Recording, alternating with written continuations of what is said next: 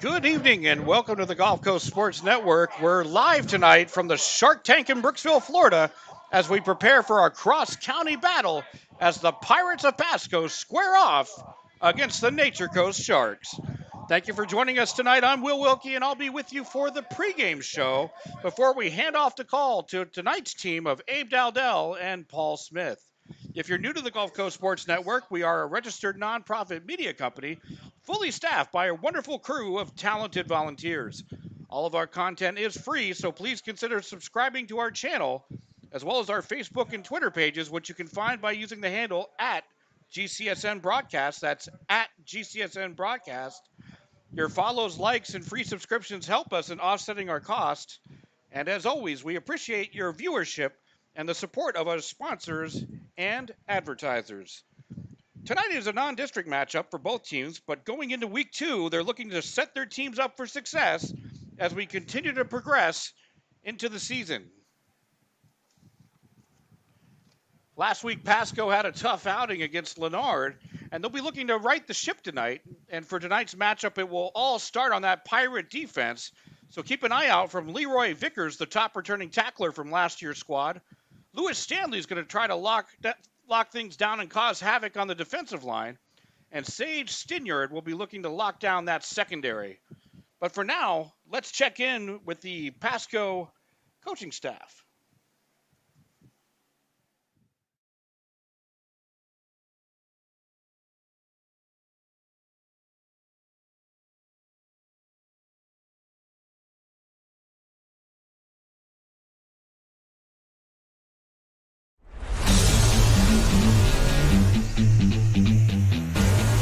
Fred Hicks, Pasco High School. Keys to the game tonight: ball security, execution of drives, and no big plays.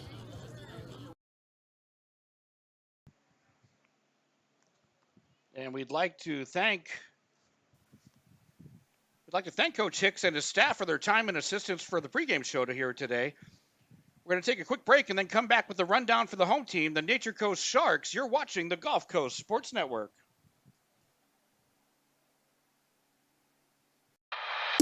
One of the reasons we've been so successful at Divinity Med Spa is because we understand what people are looking for. They want to look rested, refreshed, good for their age. We can accomplish this by treatments such as Botox, filler, lasers, and an array of facials, all by a team of trusted experts. This is Divinity, Hernando County's only locally owned and operated med spa. Come see us. We can't wait to meet you.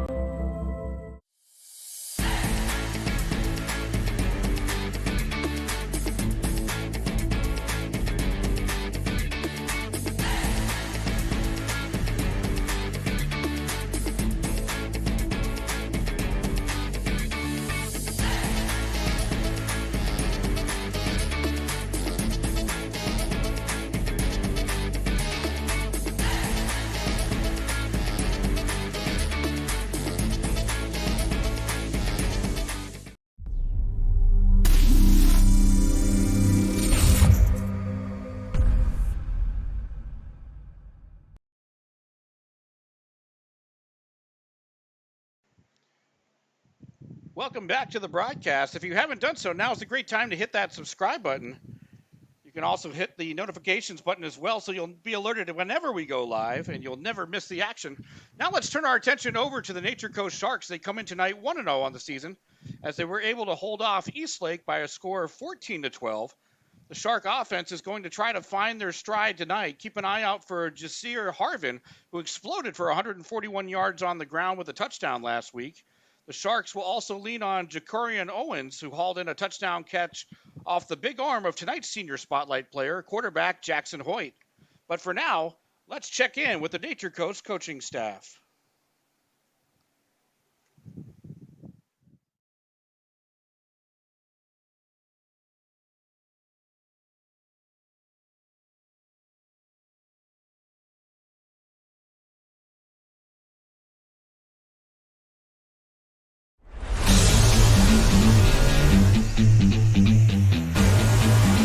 So tonight against Pasco, offensively we got to spread the ball around. We got to get our playmakers, opportunities, and that's the first thing offensively because we know we got we got 6, 7, 8 guys who could score at any given time. So we got to make sure that they get their touches and obviously take care of the football in that process.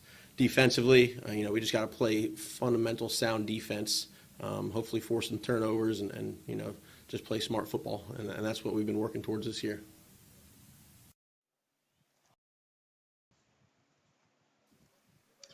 I'd like to thank Coach Casimir and his staff for their time and assistance for our pregame show today. We're going to take a quick break and then come back and hand it off to Abe and Paul for tonight's call. We have high school football action coming up next on the Gulf Coast Sports Network. Don't go anywhere. We'll be right back.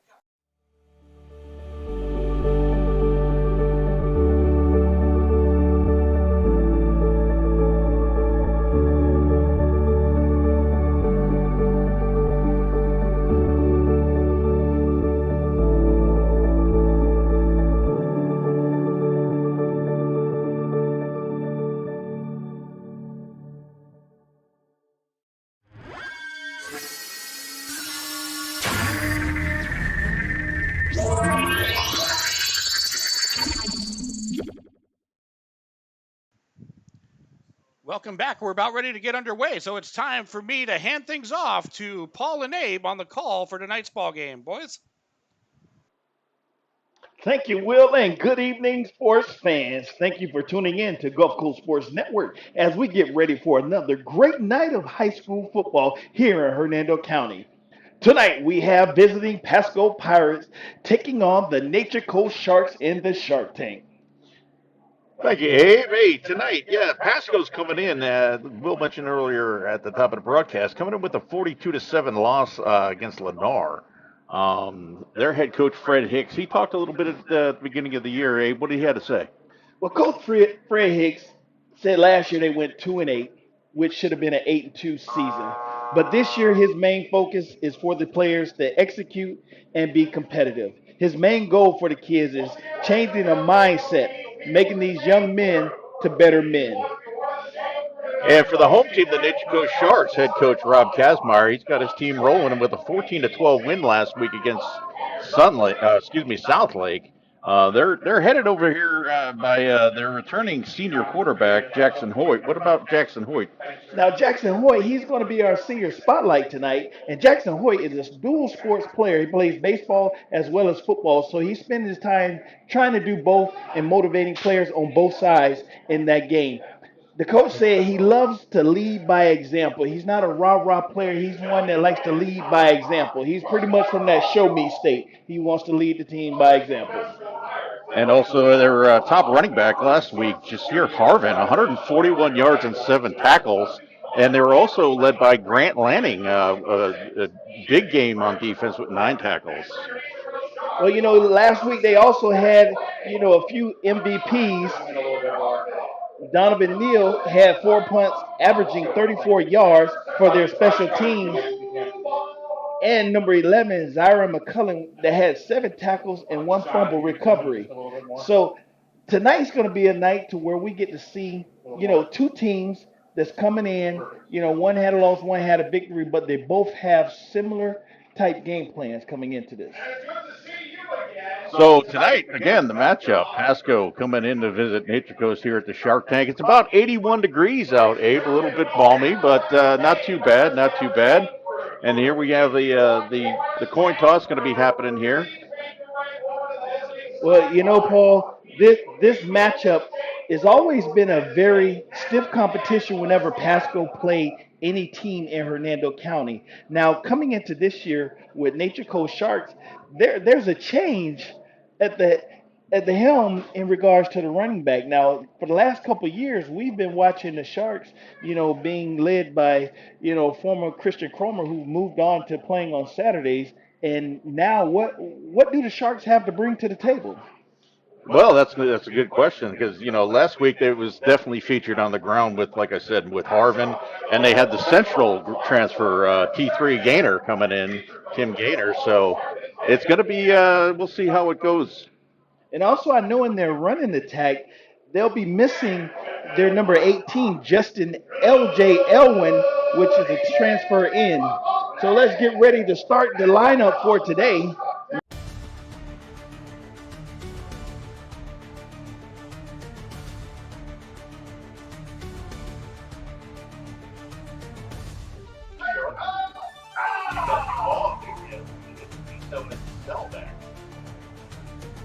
And that lineup was brought to you by Denmark Spa, making sure you get your needs met. So we're going to go ahead and have the national anthem played.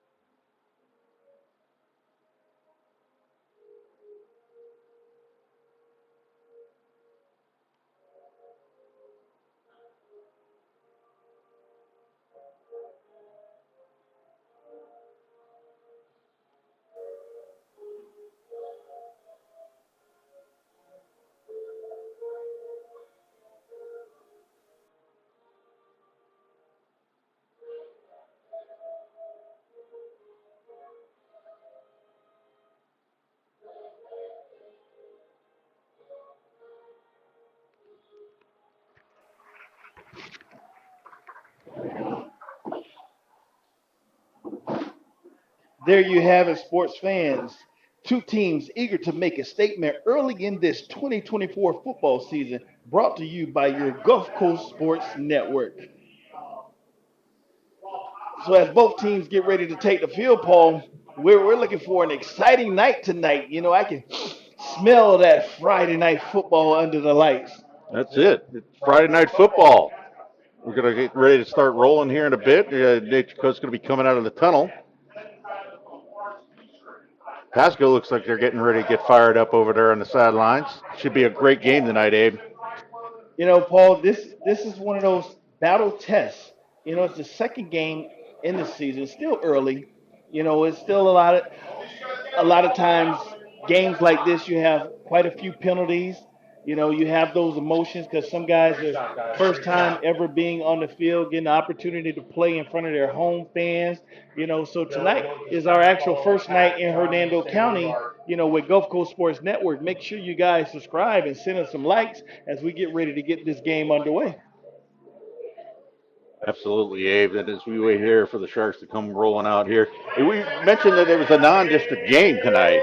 You know, even though it's a non-district game, there's always still, you know, the competition's always there, especially between Pasco. Pasco's always usually had a pretty decent team all the time, and as we all know, Nature Coast, they're always up there in the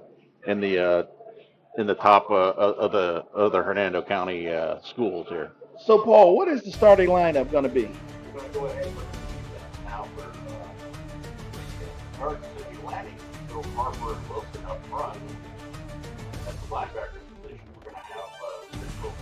And McCullough, law firm right there. And in the secondary, it's going to be led by Williams, Jackson, Montgomery, and Vidal. So you got two brothers in there at linebackers for the Sharks defense. And where were those brothers out of? They're originally coming from Middleton High School in Tampa. Middleton High School. So the Sharks have got some transfers in. You know, they lost a few players. I know they lost on offense. They lost a lot on their offensive line. I believe they have one returner coming back for their offense. But we'll get to their offense once they get ready to get on the field. Yeah, here we go. We're going to have Pasco kicking off to the Sharks. It looks like it's going to be Connor Schweitzer going to be kicking off, and back deep for the Sharks. Looks like it's Avion Jackson. And we got boot to leather, and let's begin this game. Let's get it on. There we go. Sharks pick it up. He's out over to the 30. He's out to the 35. Breaks a tackle. Still on his feet. Brings it up the midfield. Nice return there. That's number 9, just here, Harvin right there, and a nice return. That's a nice about 25, 30-yard return, Abe. Well, early in the season, coaches want to, get on special teams. Special teams make special plays. And right there was a good special play, for the Sharks to be able to start out on their 50-yard line. And their field general is out on the field, Jackson Hoyt, as we get ready to see the first series of these Sharks. So as the Sharks line up, first offensive play. Hoyt line up in the pistol formation. There's a snap, little high snap. He's looking. Throws to the right. Oh, a little bit overthrown there. It was intended for the big tight end, Grant Lanning. Now, it looked like Jackson Hoyt, he had plenty of time, and we've seen that he had plenty of arm on that play, but he was unable to get any receivers separated in that play. And it was surprisingly for the Sharks to come out passing on their first play of the game. Yeah, I mean, last week, like we mentioned, they had like almost 200 yards of rushing. So, they're going to open up a little something here. So that'll bring up 2nd and 10 for the Sharks at the midfield stripe. Got trips to the right. Snap, there's the handoff. Gainer stopped immediately at the line of scrimmage. They'll probably mark him right back to the line of scrimmage, so it should bring up 3rd and 10. Now, it looked like they tried to get the run established, but apparently number 56, Milton, for the Pirates was not having it coming up that middle and quickly grabbed and pulled Gainer down to the ground. Yeah, that Milton, big kid, 6'7", 290, junior. That's a big boy. So we're going to bring up 3rd and 10 here for the Sharks. There's a snap. Little option play. Hoyt decides to keep it. He's going to break her off to the left-hand side. He's got some room. He's got a little daylight. He's got the speed. He's down to the 5. Touchdown, Sharks. Well, Paul, I see no flags on the field. That was a great play. It looked like they were trying to do an option to the right side of the field, but there was nothing there. Jackson Hoyt kept the ball, went to the left side of the field, and took it all the way down to the end zone. So I guess you could say that's leading by example. That's exactly leading by example right there, Abe. So that'll put the Sharks up early here on the 4th play of the game. So coming in to kick for the Sharks for the extra point, Matthew Chanakale. There's a snap. Hold is down. The kick is up. Good. So that'll be 7-0 Sharks here early on here in the first. Well, Paul, the Sharks strike first. They came out, through a long pass, and we're going to get ready to go to a commercial break, so we'll be right back. Hey there. Have you heard about Ron Schuster Pest Control? They've been serving the Nature Coast since 1983 and are experts in keeping your home and lawn pest-free. Give them a call at 352-683-4003 to schedule your appointment. Remember, when it comes to lawn treatments, the grass is always greener at Ron Schuster Pest Control. Well, Paul, it looks like the way the Sharks came out, the first play of the game, they tried to throw a bomb on the right side of the field that was incomplete, came back, tried to give the ball to number 2, Gainer, for he gained about a yard on the play, and the next thing you know, they tried an option going to the right side of the field, and Jackson Hoyt did not like what he seen, decided to keep the ball, and he took it to the left side of the field, and he scored a touchdown, and right now it's 7-0, Sharks up. So there's kickoff there, Pasco. Goes ahead, brings it up to the left side. They'll bring it up about the 39, 40-yard line.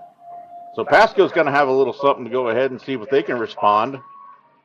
We mentioned that Nature Coast wanted to establish the run. Well, 3 plays later, and they've established the run so far. So now it's Pasco's turn, see what they got. It's going to be 1st and 10 for them at the 39-yard line. Pasco's led by quarterback Jackson Deach.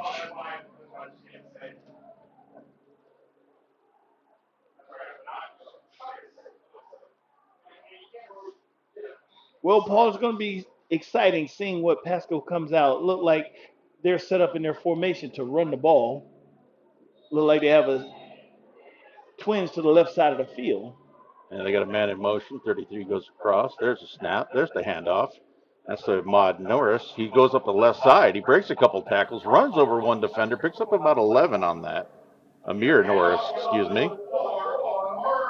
Now it looked like Norris got a direct handoff from the quarterback, and then he actually was following his block as they were making holes going down the field and driving.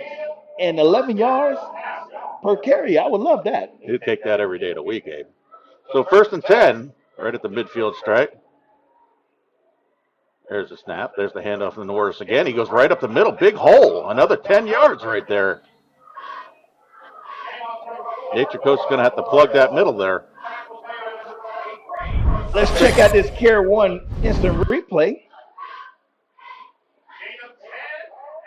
Quarterback gets the ball. He hands it off, and the big lineman up front makes a big hole, and they did not see number 4 till he was to the safeties in that backfield. Yeah, the center had a nice turn block there on that on the nose tackle right there. So that'll bring up 1st and 10 again at the 40, at Nature Coast 40. There's a snap. They're going to keep feeding Norris. He's going to go around the left. Oh, looks like he tripped up there. Gained about maybe 3 on that play. So this could be a nice ground game all night long here by the looks of it. Coach Hicks sees something he likes, and he's staying with it. And it looks like the Pirates have that big front, and they're getting the push right now early in the game. And that big push in the trenches is what's making the difference of their run game right now. Yeah, it's coming up 2nd and 8 here. There's the snap again to Norris. Norris, slips in the backfield. He goes up the middle, still looking. He's still on his feet up to the 15-yard line. They are just getting some yards right up the middle here, Abe. Oh, it looks like that first surge as they get ready to go. Check out this Care 1 instant replay. Quarterback sees it, gives it to him, almost tackled in the backfield, but he was able to break away and follow his blocking straight down the field until the Sharks were able to bring him down. Yeah, that was Zeron McCullough that almost got him in the backfield, but he slipped loose and he went ahead and marched downfield down to the 14-yard line. So they got a timeout here, or we'll take a timeout. We'll be right back. Certainly, I'm an avid golfer. Been, golf usually weekly. Play a lot with my wife. With the repetitive motion, as you know, with a lot of golfers, it's an unnatural motion that you put your body through. After suffering for years with shoulder pain, Mike chose stem cell therapy as an alternative to surgery. I'm just excited because patients that have been in pain for years that are now doing the things that they want to do, and Mike's just going to be adding to that list. Call Aligned Integrative Medicine for exam and x-rays to see if you qualify for stem cell treatment. Hey there! Have you heard about Ron Schuster Pest Control? They've been serving the Nature Coast since 1983 and are experts in keeping your home and lawn pest-free. Give them a call at 352-683-4003. All right, so we're back here. We got 9:14 left to go here in the first quarter. Nature Coast up 7-0. Pasco, though, they're moving down the field. It's 1st and 10 for them at the 14. Nature Coast 14. Now, right now, in the run game, Nature Coast leads with 50 yards from that Jackson Hoyt run, but right now, the Pirates are at 42, and they're still driving. So let's see if Pasco's got a little bit of ability to go ahead and punch this in here. 2-minute motion there. There's a snap. There's the handoff. That goes to number 9. That's Xavier John Lewis. Now, that time the Sharks defense came on attack. Norris was unable to get any yards. As soon as he got the ball and was at the line of scrimmage, he was met by a host of Sharks that time. So the Sharks have made some adjustments once they got into this red zone area. So let's see if Coach Hicks got some up his sleeves, to put some points on the board and to answer that Sharks early touchdown. Yeah, it's a nice little gang tackle there by Nature Coast. They're led by Landing on that tackle there. So that'll bring up Second down and 11. Let's see, lost a yard on that play. Norris is back in the backfield. Deach set up. There's the snap. Handoff again to Norris. He's going to bounce off to the left side. Breaks a couple tackles. There's a flag on the play. Brings it up to about the 5. Let's see what the flag's about. So you got like holding. Yeah, holding on the offense. It seemed like the Pirates like that left side because they constantly running that power right over that left side. So left side of that line where they're bringing that extra back, the receiver over there, and they're pounding that side of the line. They're definitely working the middle left. Nature Coast's going to have to adjust for that. So they're going to go ahead and mark it back off 10 yards. And we'll be hit early with one of those penalties. Like I say, it's early in the season. It's when you see a lot of penalties, come across on both teams. And sometimes penalties can hurt the game, especially like right now, the way it's bringing the Pirates back as they were, sustaining their run and they were having a nice run scheme going up the field. John, zoom on the referees. So when we get back to action here, get a little officials timeout. They're discussing probably the mark on the ball.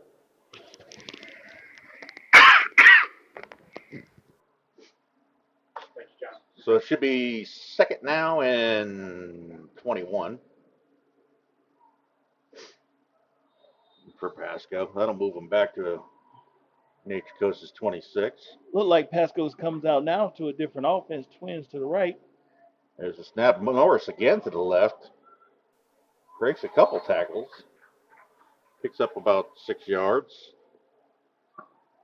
It looked like the Pirates, Norris is their man in coming out of that backfield. He has had all the reps going around, and he is getting positive yards. It was only one time the Sharks were able to shut him down one time on that left side, but apparently he's still getting his yards. Yeah, tackle there made by Tyler Deso on that play. So that'll bring up 3rd and 15.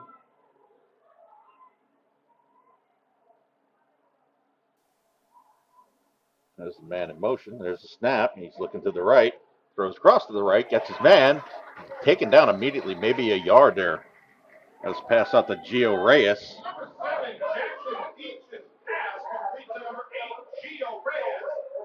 Now, it looked like Reyes, he was able to catch the pass, and then he was able to sustain a hit and still try to get something out of it, but he wasn't able to. But we see that the Pirates do have some type of passing game.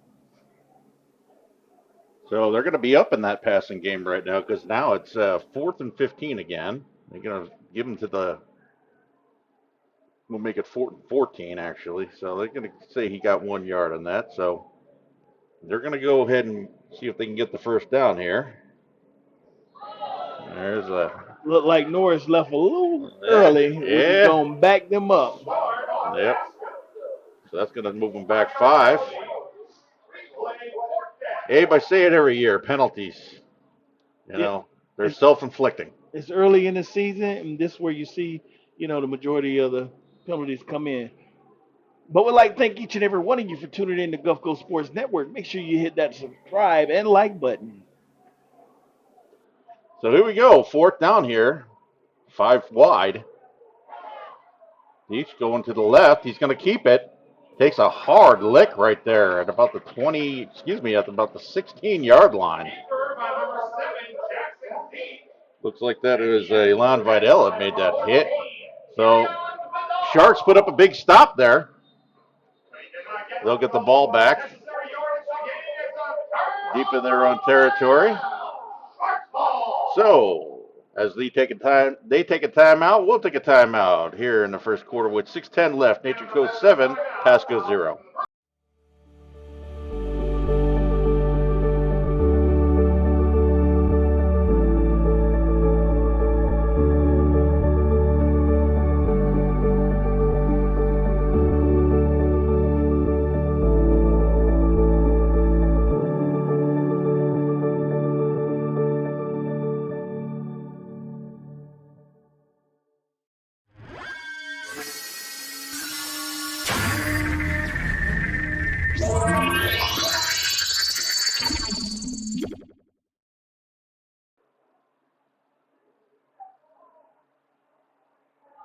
And we're back to the game.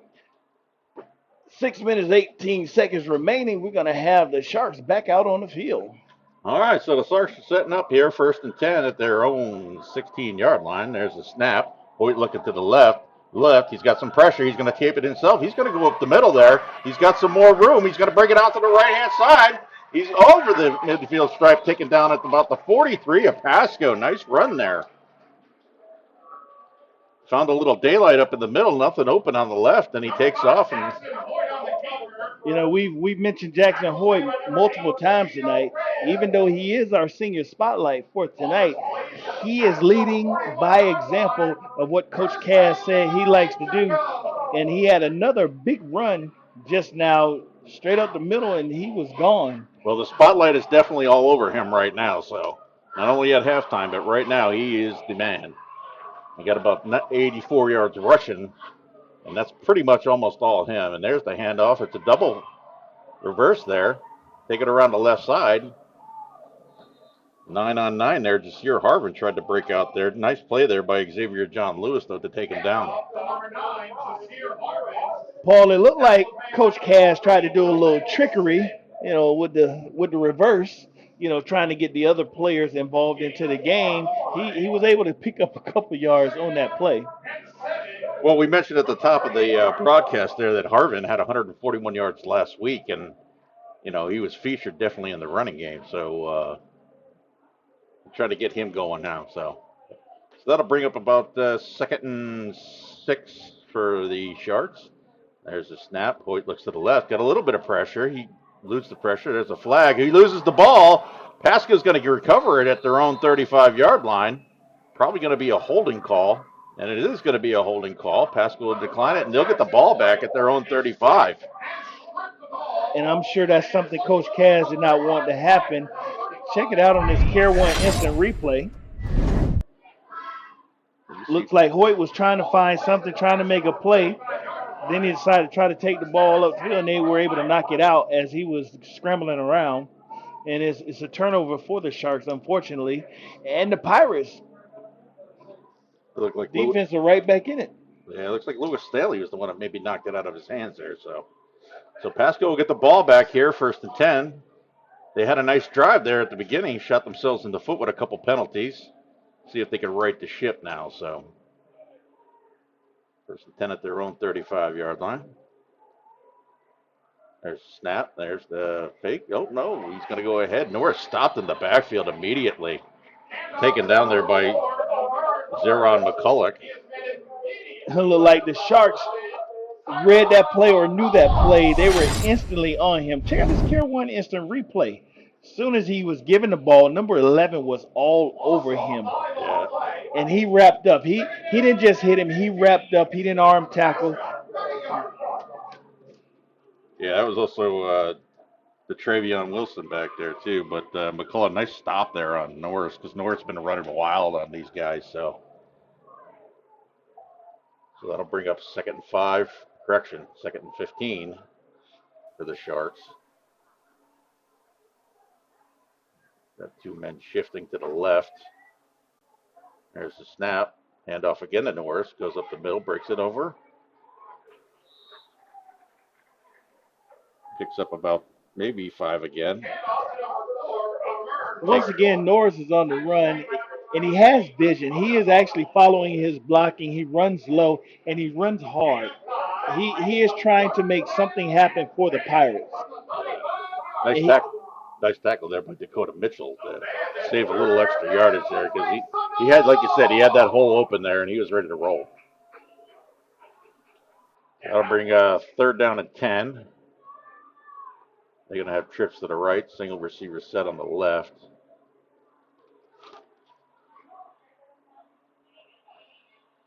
There's a snap. Oh, he loses the ball. Oh, taken down immediately in the backfield. That was big number 52, Grayson Stackhouse. It looked like a good snap there, Abe, but apparently he just couldn't get the handle. I think he was looking downfield before he got possession of the ball and just dropped it. And it seemed like the Shark defensive line is starting to get a little aggressive at this time. They're starting to pay a little more more attention to snap count, being a little aggressive on the line and in those trenches and making plays. That's 2 back-to-back plays that the defense have made and have impacted this game because it has the Pirates going backwards. Brady Bass is your punter. He goes ahead and lays one out there. Nice turn and catch there. Brings it up to about the 38-yard line in the Pasco territory. Cassius Williams on that return. So Nature Coast is going to have another opportunity. It seems like what's happening is that each team has a nice drive going down. Something happens, shoots themselves in the foot, turn it right over. Well, we're going to see if the field general Jackson Hoyt can come back, and forget about that fumble and try to get this team and move them down the field, because he got to let that play go. Fumble, you know what? Let's go back and make another big play to make everybody forget about that fumble. There was a flag on that play for sideline interference warning over there, so they got one warning, and so Nature Coast is going to get the ball back at the Pasco 39. Which the Sharks have come out with great field position. And now, earlier in the game, beginning of the game, they tried to strike it deep. Is this the time they come back, and try to throw it deep, or establish their run game? Well, I mean, the running game obviously is working pretty well for the Sharks right now, although, they had the benefit of starting at 50 or in Pasco territory each drive, minus the one in the back there. So, but let's see what happens here. I mean, we have only called Gainer's name once tonight, so here's the snap. Well, there's going to be a delay of game penalty before we get that off, so that's going to move him back 5. So, unnecessary penalty coming out of a timeout, Abe. And these are those things that where coaches, try to preach to the kids, be prepared to get back on the field, change the chains, making sure everybody is ready to go back on the game. That's those beginning of the season errors. Because deep down the field, you don't want things like that to happen. No, you need to correct that now. So there's a man in motion. There's a snap. Oh, little bobble there, Hoyt. I think it was a little RPO there, and I think Gainer wanted it, and Jackson wanted to keep it. So look like we got some laundry on the field. Yeah, we got another foul on the field. See what the penalty is going to be, holding against the Sharks. So that'll move them back another 10 yards. So this drive that started off at Pasco's 39 with a nice punt return by Williams. Now the Sharks are back in their own territory at their own 45 in a extremely long situation. So now this is a difference in offense for the Sharks. The last couple of years, they've had that attack of Cromer, and now the changing of the guard is happening now. Where now Gainer looks like he's the man. Now he breaks to the right side of the field, and he picks up about 8-9 yards on that carry. And that's something that they're going to need to go ahead and feature then. You got to divvy it out a little bit. One man can't do the whole thing. So Gainer picks up a good yard on that. Like you said, about 9-10 yards on that. So that'll bring up 2nd and 15 for the Sharks. And Gainer is that transfer from Central. He has the perfect last name for it, Gainer. That's it. There's a snap. Quick throw out to the left. Oh, right through the hands of Jasir Harvin. And looking at their roster on Max Preps, they call him Timothy T3 Gainer. So we're going to see if he can gain some yards for the Sharks tonight. On that last play there, Harvin, he had a little bit of daylight onto the left-hand side because that D-back was definitely following that receiver downfield. So that'll bring up 3rd and 15 for the Sharks. Let's see what kind of magic Boyd can pull out of his hat on this one. He's got Harvin deep in the backfield here. Trips to the left. Fake to Harvin. High pass. Nice catch there by Jackson. Jackson around the left side. He's brought out of bounds at about the 39-yard line. So back pretty much to the original line of scrimmage. And that'll bring up about 4th and 10. So Hoyt has a nice spiral on that screen pass to Jackson, but the Pirates were able to get over there and contain him to where he wasn't able to get any yards after catch as much as he wanted to. So it looks like the Sharks are going to go ahead and send out the punting unit. That's Dakota Mitchell's going to be back to punt.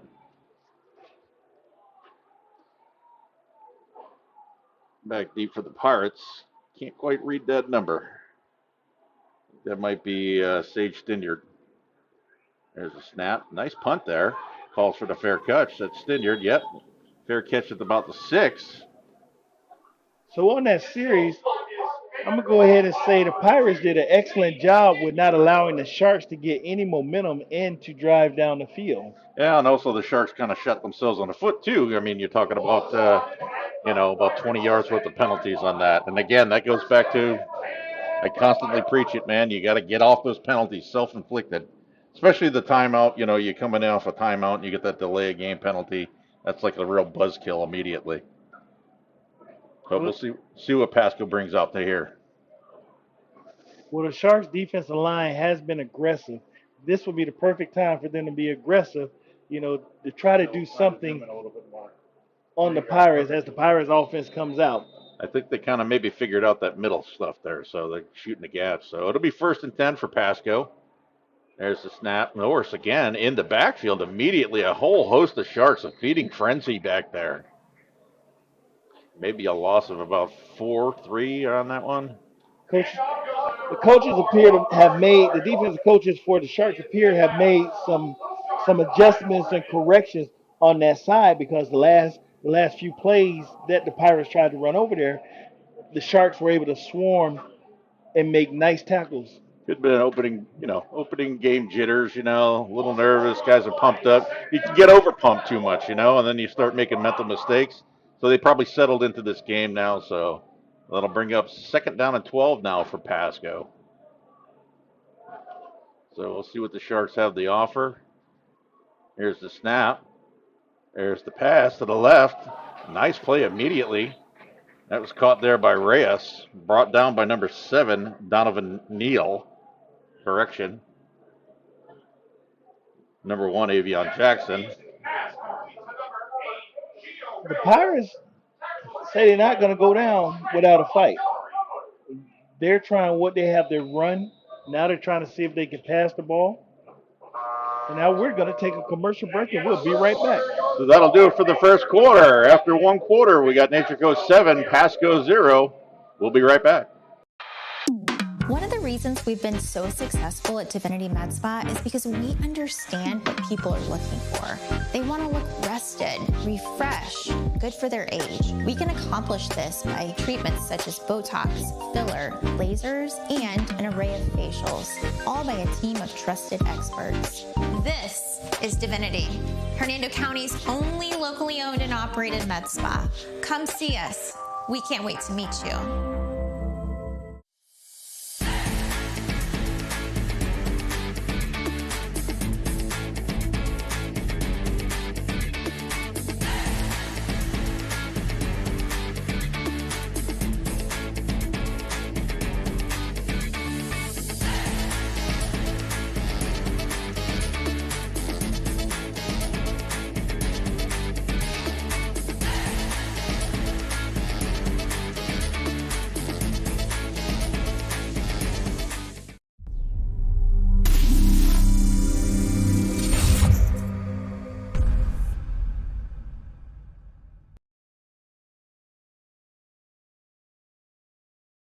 And we're back to start the second quarter. Make sure you hit that subscribe button and hit the like. Make sure you tell a friend we're live right here at Shark Tank. Like, comment, and subscribe. That's what I got to say, Abe. All right, so here we go. We're going to have Pasco here at 3rd and 8, deep in their own territory, at their own 8-yard line. There's the snap. Each looks to the right. Rolls up right across the middle. Oh, it's up in the air. Nice interception right there by the Sharks. Number 22, Dominic Picarello. Paul, that goes back to that tip drill That tip drill, that's practice. Check out this Care One instant replay. Quarterback drops back. Look like the post route, he's hit. Tip drill, he catches the interception for the Sharks. And the Sharks are in great field position right now. Yeah, that was a slightly a little high pass, but in his hands. And like you said, right off the tip there. Tip drills, they work on them all spring long. So that'll be first down to Nature Coast at their own 25-yard line. Again, starting deep in Pasco territory. There's the snap. Gaynor gets the ball, looking around to the right, looking for a hole. Brought down by big number 56, Milton, after he picks up about 5 yards, 45 yards line. So now we'll be able to see the run game a little better the Pirates are trying to do on the Sharks.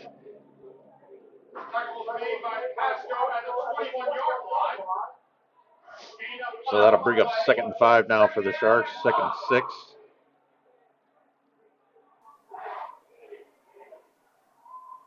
Looks like they're trying to establish that run with Gaynor. Man in motion, Harvin. Hoyt looking to the left, dumps it off to Lanning. Lanning's got plenty of room, and he walks in the end zone for a Shark touchdown. It looks like it's some flags on the play on the far left side of the field.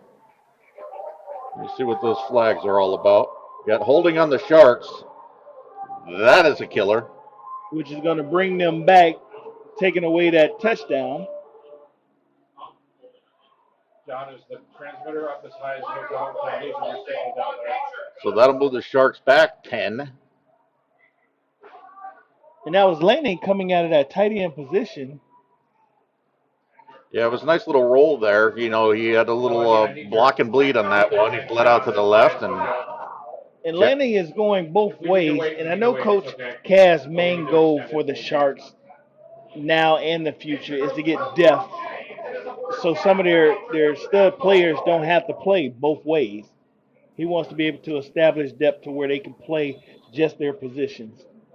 So the holding call was downfield, so it'll take off the touchdown, but it's going to go ahead and move it 1st and 10, though, for the Sharks at the Pasco 15. There's the handoff to Gaynor. Gaynor looking for a hole, bounces it out to the left, immediately tackled. Gaynor trying to make a hard run inside there, but the Pirates are trying to stay home and contain him.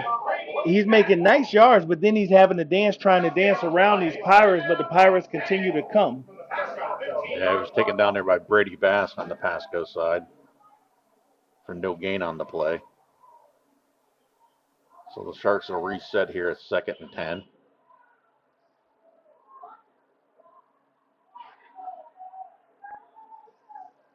Looks like they have Harvin in the backfield. There's the man in motion. Pitches it out to Harvin. Harvin's got plenty of room and plenty of speed. Breaks a couple tackles. He's down to about the 5-yard line before he stopped. That's going to be close to a 1st down. Nice little option play there. Now it looked like Harvin was trying to get around that corner with a burst of speed.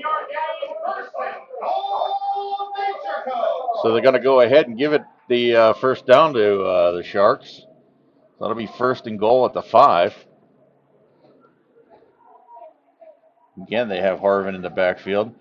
They're pulling out the old Chrome Dozer formation right there, and they're going to go with Harvin. Harvin gets up to about the 1-yard line. That's that power formation that Cromer had last year. Right, I didn't think we'll see that formation here, but it looks like that's a formation with a burst of speed now. That's it. Here's the snap. Harvin, immediately stuck. And they're going to give it to him. Touchdown, Sharks. Now, it looked like Harvin is a small, feisty. Check out this Care One instant replay by the goal. Harvin takes it. He pounds his way, but he kept his feet moving and was able to get into the end zone. Referee gives the signal of a touchdown. Yeah, he was stuck there. Nice stick there by Brody Schweitzer. But that show you Harvin is not afraid to put his nose in there and dig. Nope. So that'll be a touchdown for the Sharks. Looking to add the extra point. Chancalay on here for the extra point. try to put the Sharks up by 14. There's a snap. Yeah, it looks like a little bit of a jump there. So that's going to be offsides on Pasco. That right side got a little bit of a head start.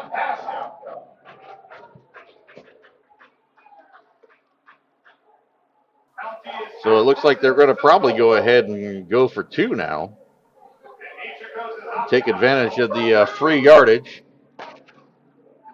So it looks like again, but they got Gaynor now in the backfield with the big heavy set. Here's the snap. Gaynor looking in the middle. Bounces it off to the left. He'll walk right in for the 2-point conversion. So that'll put the Sharks up 15-0 here. Let's check out the Care 1 instant replay. You can see the snap there. He takes a bounce off the middle. Just walks right in. So Nature Coast now establishing that run, Abe, that we talked about. Well, it's still an early game. Pasco still has an opportunity. Now, rushing yards, the Nature Coast is 117 and passing 5 yards. So the run is their friend right now. They may not have a chrome or dozer, but they got the quick feet of Harvin, going behind that dozer wall.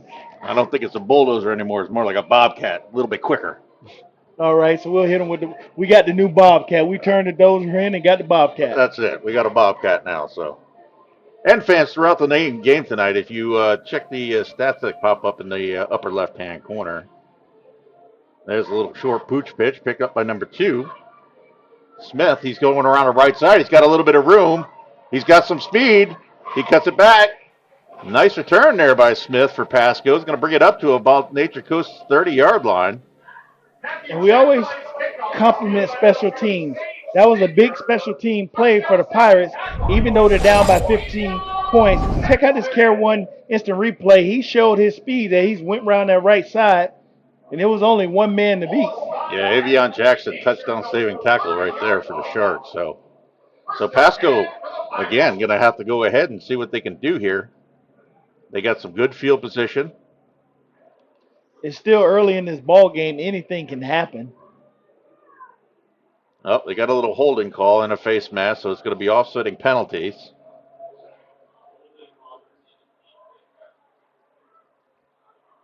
So let's see how they're going to mark this on the field.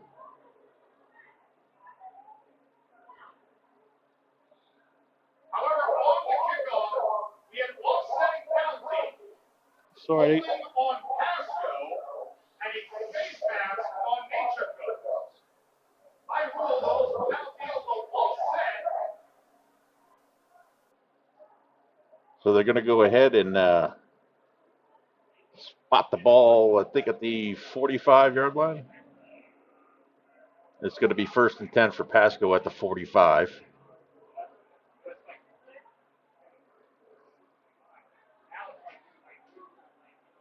Which still gives them great field position. Yeah, actually, they're going to go ahead and pick it up. They're going to go ahead and probably re-kick. So they're going to go ahead and re-kick the play.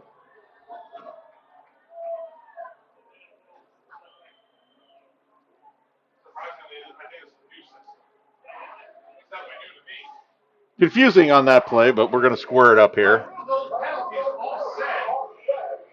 So Nature Coast will still be up 15-0 here. We got 8:16 left to go in the half. They'll go ahead and reset, re-kick.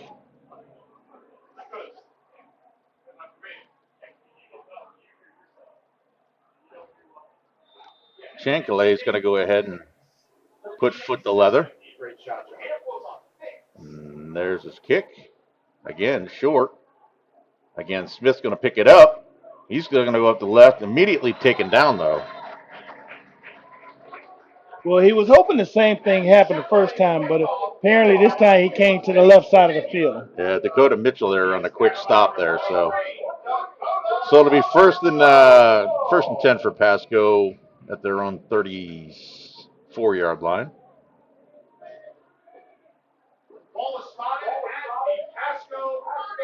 Correction, we're going to call it 33-yard line. So again, the penalties negate a nice return there. This time, not as good. So Pasco will go ahead and have to go ahead and reset here.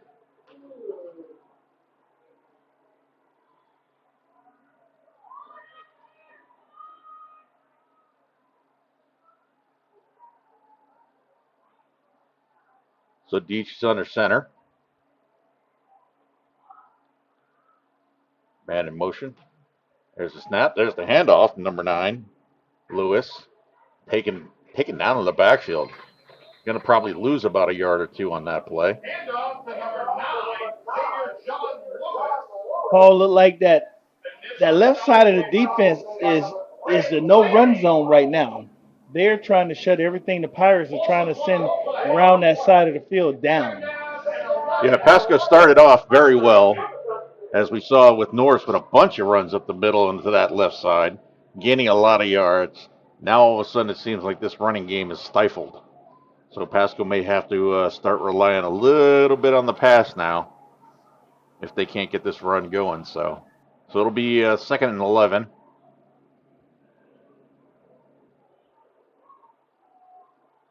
Lewis in motion again. There's a snap. Heavy pressure. He's got to get sacked. Brought down. Number 6, Lanning. Like I said, that defense is getting very aggressive. Check out this Care One instant replay. Number 6 goes back immediately and wraps up the quarterback. Yeah, it's Lanning just totally beat his guy on that left side over there and put Deach on his backside. So, and I'm not sure what Coach Cass and the defensive coordinator said to this defense, the defensive front, after they gave up all those yards to the Pirates, but they have shut them down in the run game since then. They've had 3 tackles for loss, 1 interception, and 2 sacks. You know, it's a big difference from the first few series that we've seen that the Pirates were running the ball because they came out and they were running strong. And now once the Sharks have made the adjustment, that run has gone away for the Pirates. Look like we have a player down on the field. Yeah, we got a Sharks player down. Looks like he might have a little bit of a leg injury there. So we're going to go ahead and take a commercial break.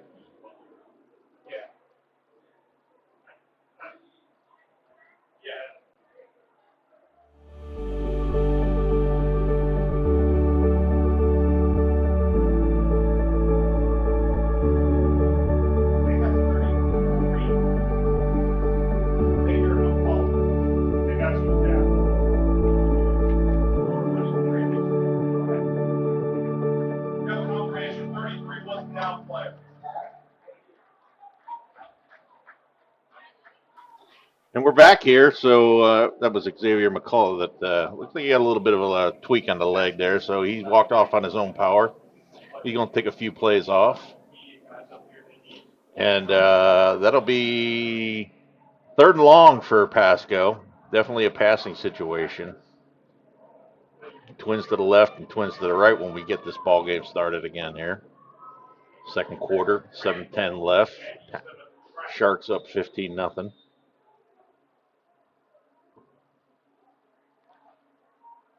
Man in motion. Deach drops back to pass, rolls to the left, steps. A heavy pressure again, eludes it, throws it out to the right, little short, skipper. That'll bring up 4th down. Again, it was Lanning in the backfield, and he looks like he's down. I think they had a little coming together in the backfield, and Lanning caught one in the ribs there, so they're going to go ahead and check on him. And we got another Shark player down. So on that play right there, I mean, obviously heavy pressure.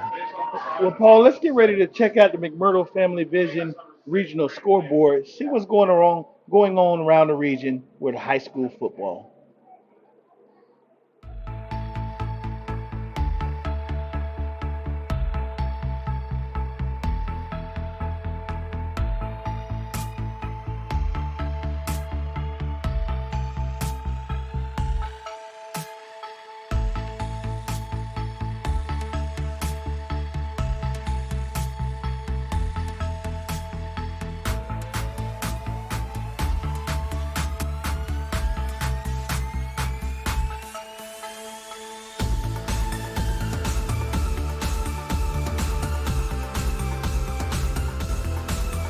So Lanning, yeah, he got a little bit of banged up. He's walking off on his own again, so that'd be a big minus if he got hurt any seriously than that. So And, he's going both ways as well.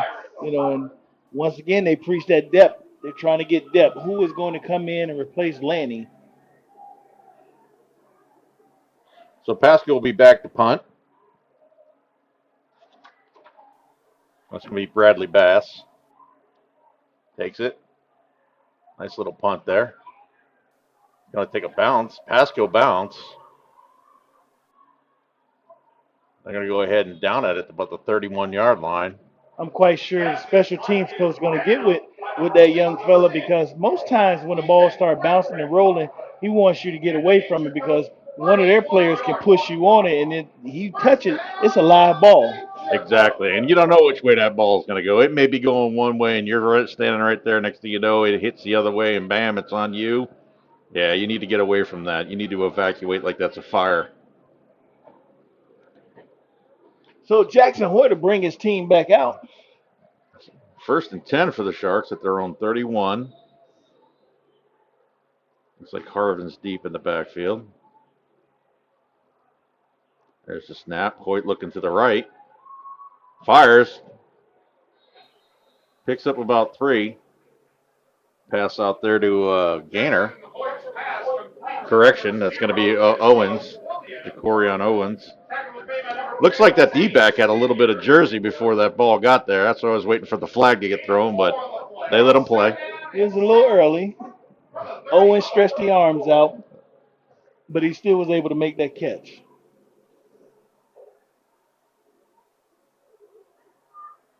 So 2nd and 6 for the Sharks. Gainer back in the backfield. There's a snap. Hoyt looking to the right. He's going deep across the middle. Just a little bit far.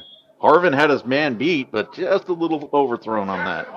Hoyt put some air under that ball. So we're going to have an officials timeout for a water break. So we're going to go ahead and take a timeout with them. The score 15-0. Sharks on top. Certainly, I'm an avid golfer. Been, golf usually weekly. Play a lot with my wife. With the repetitive motion, as you know, with a lot of golfers, it's an unnatural motion that you put your body through. After suffering for years with shoulder pain, Mike chose stem cell therapy as an alternative to surgery. I'm just excited because patients that have been paying for years that are now doing the things that they want to do, and Mike's just going to be adding to that list. Call Aligned Integrative Medicine for exam and x-rays to see if you qualify for stem cell treatment.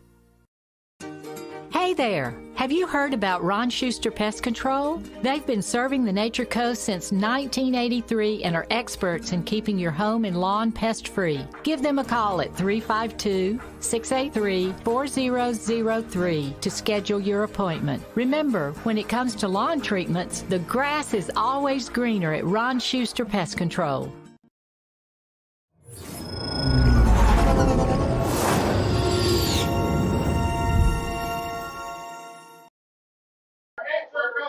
So we're back here. 5:39 left here to go in the half. It's going to be 3rd down and 6 for the Sharks. They're up 15-0 over the Pirates. Trying to get a little something going here before the end of the half.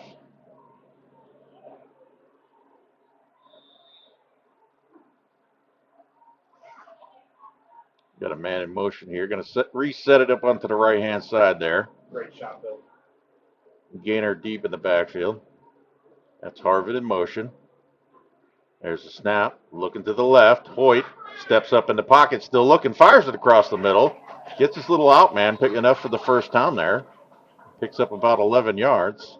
Now that last play, Jackson Hoyt stayed poised in the pocket and threw a nice little dart spiral.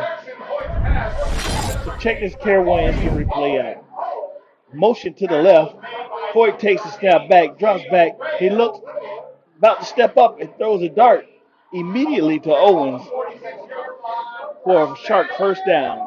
Yeah, that's a nice play. He stood back there, didn't worry too much about the pressure, had a little pocket poise, dumps it off to the smart man. Nice read there. So 1st and 10 for the Sharks at their own 46. He's going to look to pass again.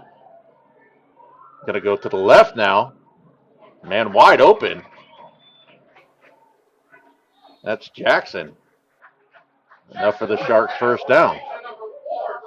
Now they're moving on the passing department now. Abe, let's check out the replay. Hoyt rolls left, stops, squares his shoulders up, and throws a nice dart. So now Hoyt, not only did he show us his legs in the first quarter, he's now showing his arms in the second quarter. Right now we had, for the Sharks, 117 yards rushing and 40 yards passing. So again, 1st and 10 for the Sharks. Now marching into Pasco, and it's going to be a timeout for Pasco. So with the timeout there, we'll go ahead. With 4 minutes, 52 seconds remaining in the second quarter, we're going to go ahead and take a quick commercial break. We'll be right back.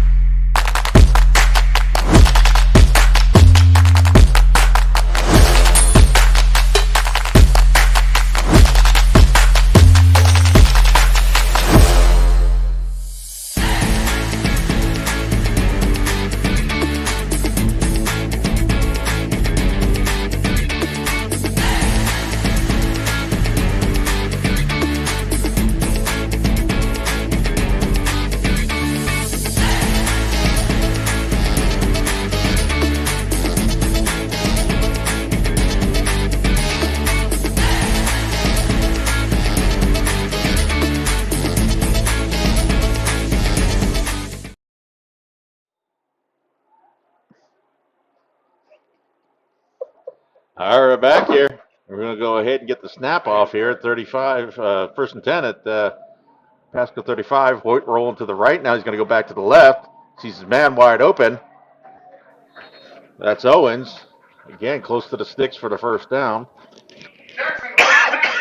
It's going to be about a yard short, so that'll be 2nd and 1. Again, Sharks now looking to go ahead and establish the passing game.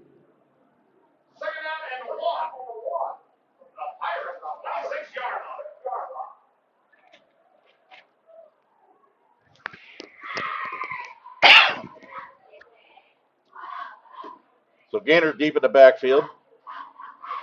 2nd and 1. Pass. The Sharks on the move here. There's a snap.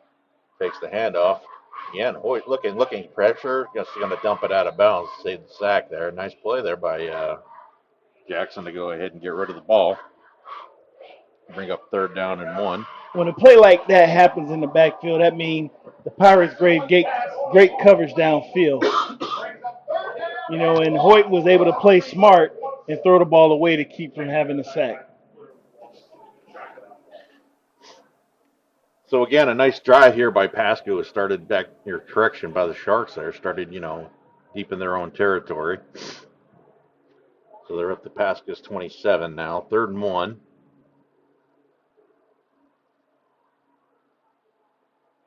I feel a nice little run up the middle probably here. There's a snap.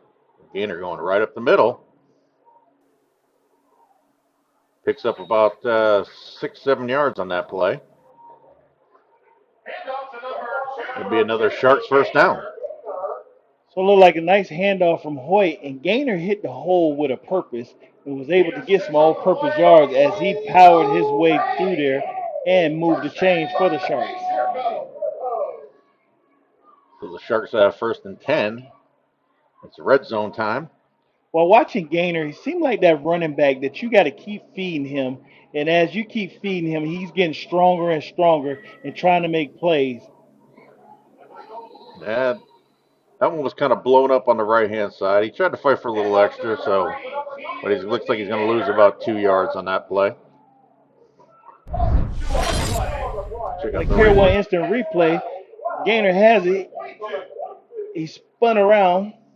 Then he's hit by a host of Pirates, but he still wanted to stay on his feet, and they finally was able to get him down. Sometimes when you're going backwards, you might want to just fall down, keep them from getting that ball back there on that line. Take the loss as minimum as possible there. So that'll bring up 2nd and 12 now for the Sharks.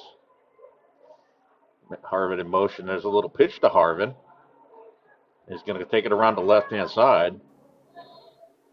Correction. Yeah, that was Harvin. So again, close to the first down on that play. Looks like they're trying to get Harvin involved in the game as well, around the outside. Got a quick little pitch as he's in motion, and he was just trying to get around the outside, read his block, follow his block, and he was able to run down the left side of the field till he ran out of bounds. So that goes down as a reception on that play. Yeah, Harvin's got the speed. I mean, definitely you got to use him, utilize that speed as much as you possibly can.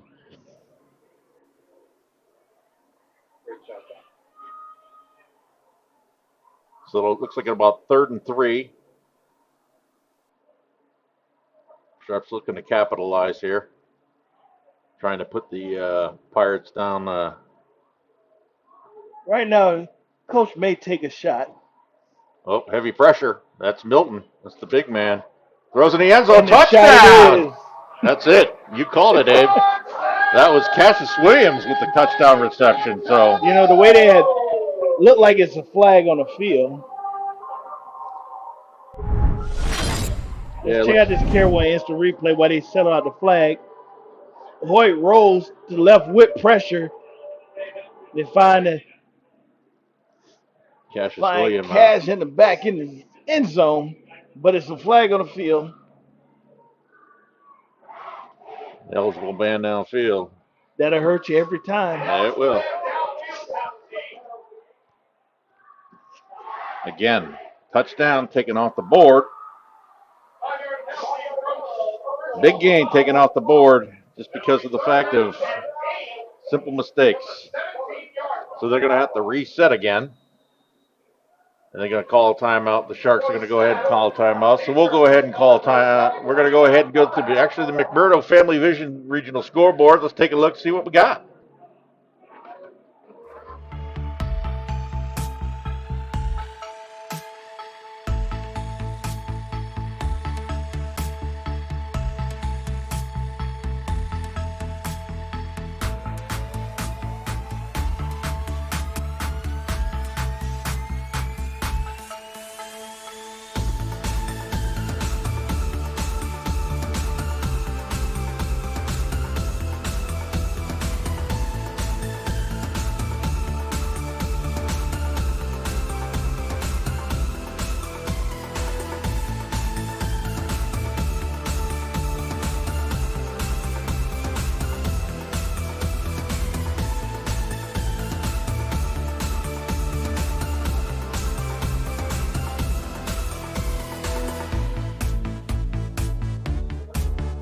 All right, so we're back at 3 minutes, 2 seconds left to go in the half. Nature Coach is trying to go ahead and capitalize on this lead.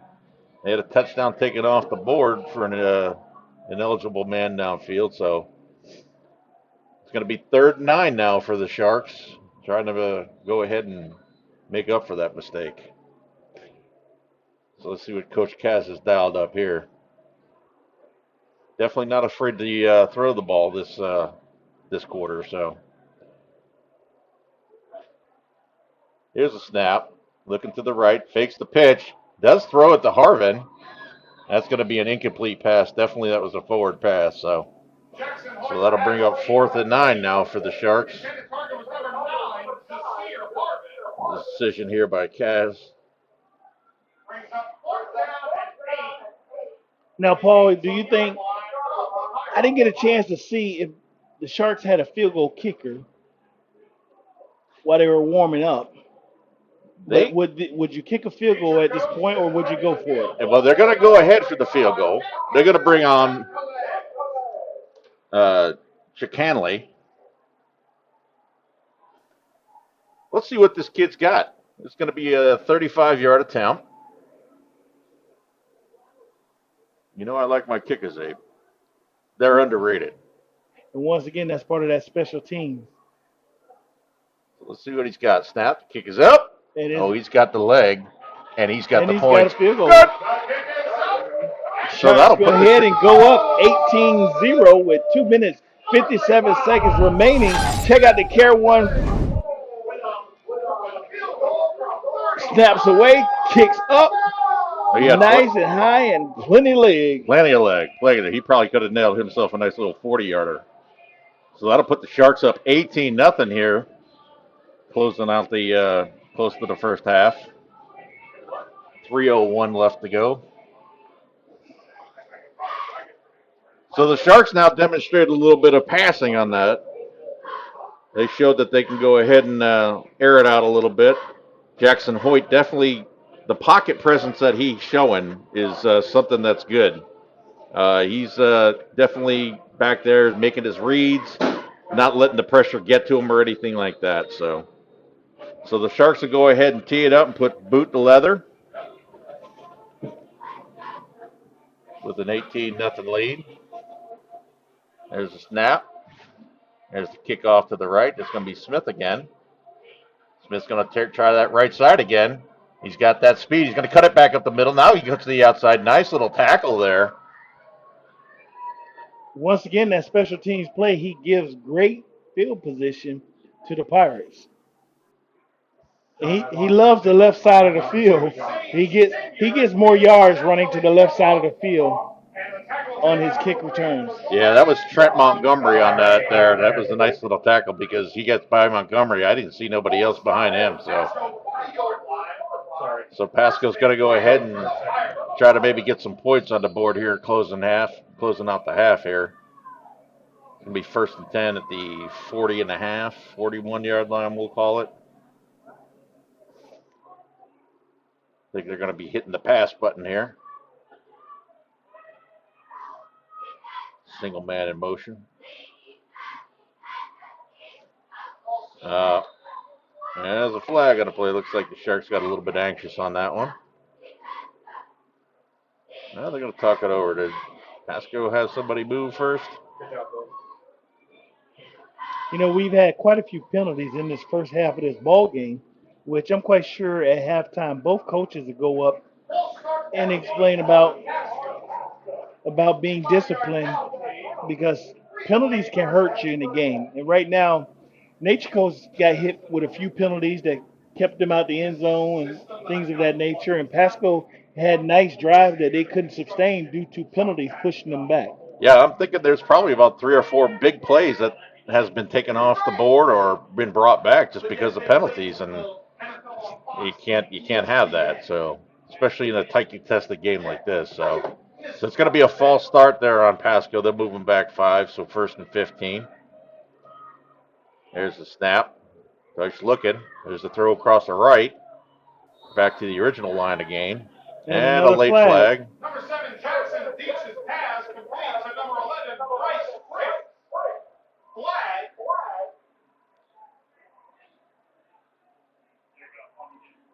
And when you start having a lot of penalties like this, it slows the game down.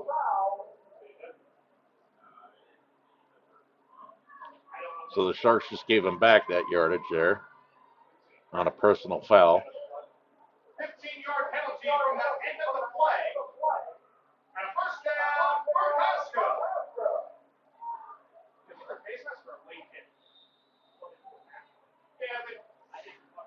So 1st and 10 for Pasco at the Sharks 45. Deutsch, a little high throw and had an opportunity to pick that one off. Dakota Mitchell was there, went right through his hands. Had a chance for the Sharks. Check this Care One replay out. They were in shotgun formation, 4 wides. Quarterback got the ball, he dropped back, immediately put it in the air. He put it too high, but a Shark was right behind him and he was able to bring it in. It was almost like he was throwing a pass to him. Yeah. Because he overthrew it too high for his own player.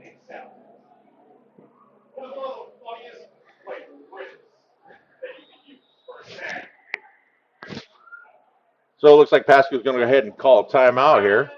And we'll take a timeout here. So with 2:21 left to go in the half, Sharks up 18-0.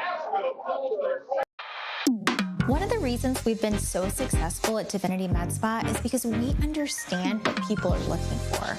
They want to look rested, refreshed, good for their age. We can accomplish this by treatments such as Botox, filler, lasers, and an array of facials, all by a team of trusted experts. This is Divinity, Hernando County's only locally owned and operated med spa. Come see us. We can't wait to meet you.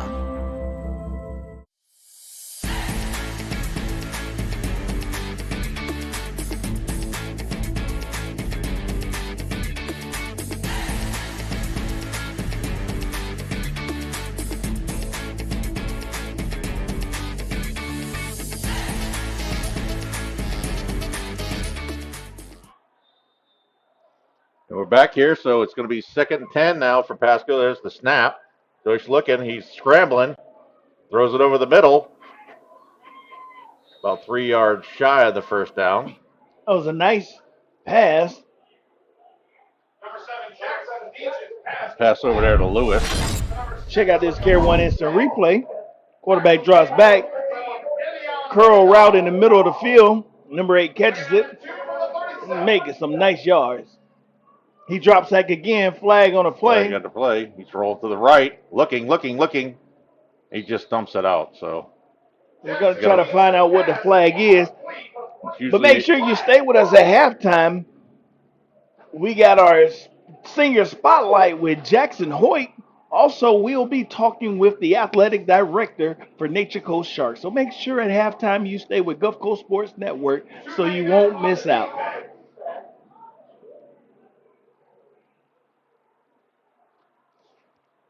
So the Sharks had 12 guys out there. Legal participation. So that's going to go ahead and move that up to the first down for the Pirates. Under 2 minutes here left to go in the half. Trying to get something up on the board. So the Sharks pretty much been moving the Pirates down the field with these penalties. They have. 3 times now this drive. So there's a snap. Looking again to the left. Fires a little bit high. Pass intended to Amir Norris. I'm telling you, Norris at the beginning of the game, Abe, he was just nothing but just run. And things just seemed to stop. Well, when they got that call back on that big gain there, and that stalled the drive. From that point, Pasco just seemed to hit the brakes. Well, it seems like looking over there at Pasco's sideline, they're looking to do like the Sharks and, build on depth as well. So Norris been kind of quiet. He might have been tired on the sideline.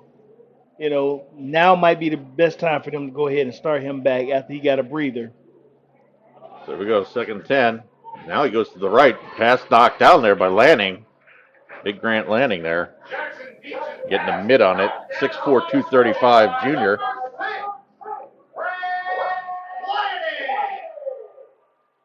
That'll bring up 3rd down and 10 now. Pasco's got to get some points here. They got to get something out of this to bring it into halftime, give himself a little something to look forward to in the second half. Well, the Sharks been helping them out with the penalties, but right now they're trying to establish the little short passing game. It looks like they have number 8 going out wide. They need to go ahead and take one downfield, because everything in the middle, the Sharks are right now swarming.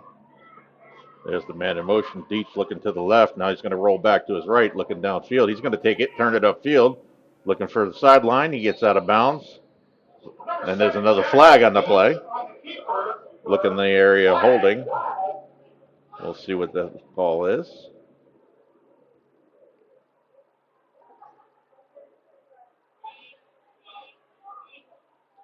So it's going to be holding against the Pirates. So that'll probably back them back up. So, and Paul, when you start getting penalties like this, especially late in the second quarter, you get fatigued. Sometimes when you're tired, you don't think. And these where those mental mistakes errors start to happen. And I'm quite sure when they get some rest and the coaches take them to the locker room, they're going to talk about we're beating ourselves, because the Sharks are marching us downfield. Now we're marching ourselves back up out of this game. Well, you also got to think of all the extra plays that they're having to run now because of these penalties. So it'll bring up 3rd and 20. Looking, fires it to the right. Oh, threw it behind his guy. His guy who turned out to the right looked like he was doing a sideline and then brought it upfield. Looked like a little miscommunication between the receiver and the catcher on that play because he looked like he was wide open and didn't have a shark around him. Yep. But he threw it and it goes out of bounds.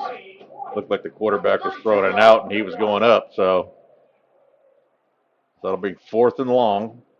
With 1 minute and 34 seconds remaining in this half, Sharks lead 18-0. So 4th and long at the Shark 31-yard line. But the Pirates showing us they're not afraid to throw the ball. No. They I'm looking for them to go deep. 5 wide. They go short across the middle, and that's going to go ahead and be a turnover on downs. So the Sharks are going to get the ball back here before halftime. Now, I'm not sure if he was a little early on that, but it looked like a good defensive play.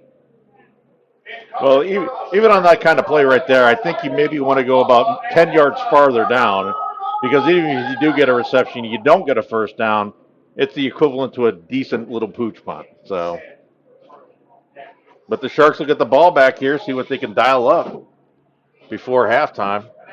Is Coach Kaz going to go ahead and just kind of eat it up, or is he going to go ahead and go for the juggler? We got a minute 24 seconds remaining in this half. Would you want to push Gaynor, or would you want to try, Owens on the outside? Well, we're going to go ahead and probably feature Gaynor here. Nope, they're going to go ahead and Hoyt. Dump it over the middle. That's Neal. He's fighting. He's going down the left side. He's brought it all the way up in the Pasco territory at their own 40. Nice play there by Neal. That's the first catch by Neal tonight. Check this Care 1 instant replay out. Hoyt drops back. Pressure comes. Hits Neal on the little curl route. Neal start pushing players down the field. Neal has some nice size on him. So he stayed in bounds on that. They're going to keep the clock running. Neal is a junior at 6'4", 205 pounds. Hoyt going deep to the right side. Oh, he's getting pulled back. Well, that's a flag on the play. There's the flag. Even though it was a little bit far in the pass, but yeah, you got to call that. I mean, he was grabbing him by his shoulder pad and pulling him back, so there was no chance of Harvin even getting a sniff on that one. And we knew they was going to eventually go down the field trying to get it to Owens.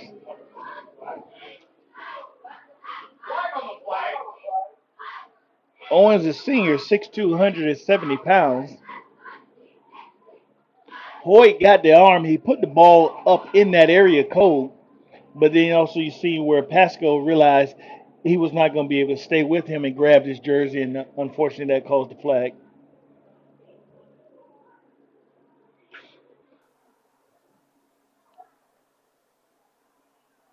They're going to call it defensive holding on that. Holding on Pasco. So I'm moving forward. So they'll get a little bit closer.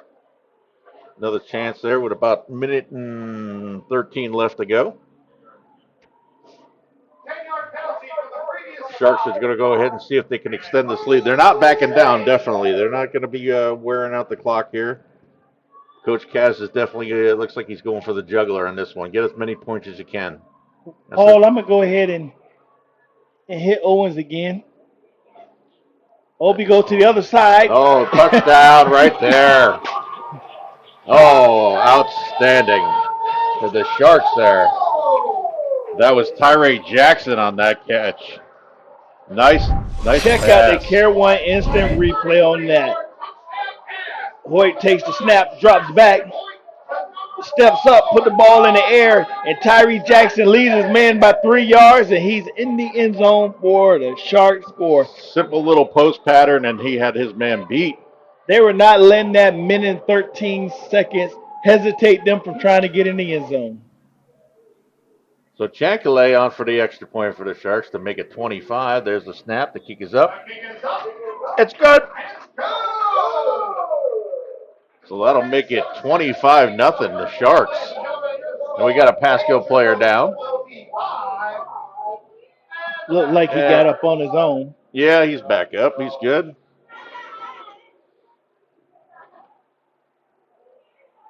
So right now that brings up the Sharks to 133 rushing yards and 109 passing yards, led by our Jackson Hoyt, all in the second quarter.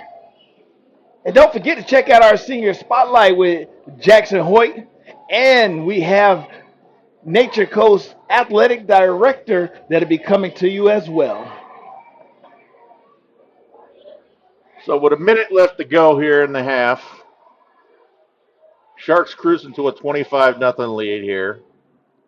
At this point, they appear to be doing what they want, when they want in this first half right now. Pasco just hasn't got an answer for it. Well, I'm sure the coach has told the special teams don't kick it to number 2 because he's been knocking on the door.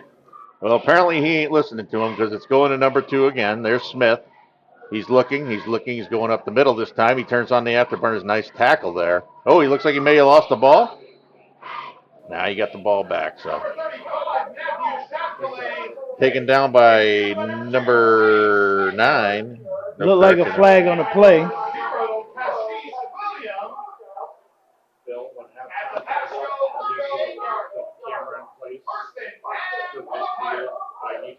Looked like it was a flag on the play. Not sure what the call was, but it looked like it was against the Sharks. Yeah, they're marching. Pasco's getting some free yardage here.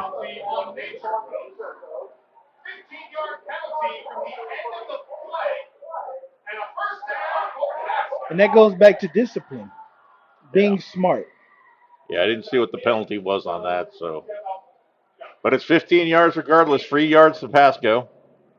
Again, Pasco just looking for something. Down 25 here. So it'll be 1st and 10, Nature Coast 47. There's the handoff to Norris. Immediately wrapped up by number 7, Donovan Neal. And another flag.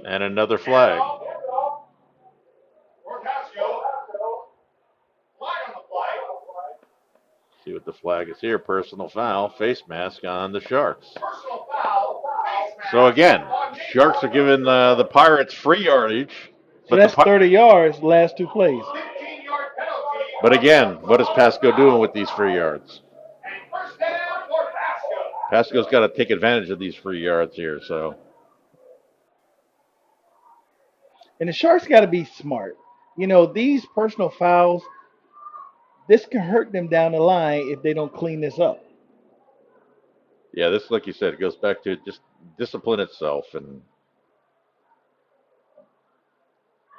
so 1st and 10, 33-yard line. There's a snap. Oh, it gets past the quarterback, gets back at midfield. He's just going to fall on the ball. And he made a smart play, not try to pick it up, just fall on the ball. That's it. You don't need to be giving the Sharks anything at this point. So we got 30 seconds left to go here in the half. It looks like maybe Pasco just might let this clock run down.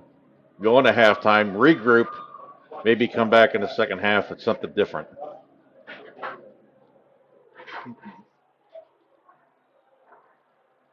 Oh, no, they're going to actually go up to the line. Maybe they're going to go ahead and one more snap. 10 seconds left. So they're going to go ahead and try to get the snap off. And another bad snap, another roller back there. He's just going to fall on it. Now they need to just eat it. And that roller probably will take us into halftime. So, ladies and gentlemen, 25-0, the Sharks lead. And we are at our halftime, and we got a nice halftime show for you right here on Gulf Coast Sports Network. So we're going to go ahead and send it up to Will Wilkie. Thank you, Paul and Abe. A great call on that first half. Nature Coast is going to take a 25-0 advantage into the locker room. We've got a lot of great content coming up for you on GCSN at the half. Welcome to our halftime show. Please stick with us. We got a lot of great stuff coming up. Starting off with the senior spotlight. That's going to be featuring Jackson Hoyt, quarterback for Nature Coast. Then we're going to check in with Nature Coast Athletic Director Dan Garofano on the field. Get updates from the Nature Coast fall programs. Then we're going to get the regional game roundup from the McMurdo Family Vision Regional Scoreboard. And then finally, we'll get the halftime summary from Abe Dowdell and Paul Smith. All that coming up next on the Gulf Coast Sports Network. Going into halftime, your score is Nature Coast 25, Pasco 0.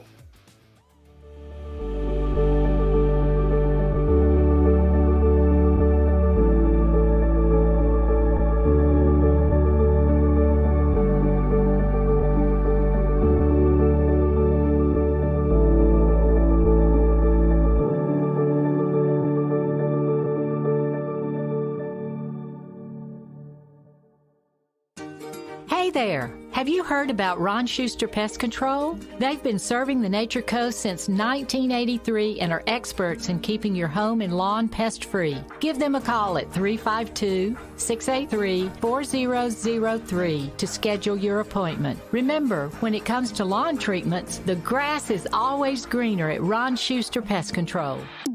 One of the reasons we've been so successful at Divinity Med Spa is because we understand what people are looking for. They want to look rested, refreshed, good for their age. We can accomplish this by treatments such as Botox, filler, lasers, and an array of facials, all by a team of trusted experts. This is Divinity, Hernando County's only locally owned and operated med spa. Come see us. We can't wait to meet you.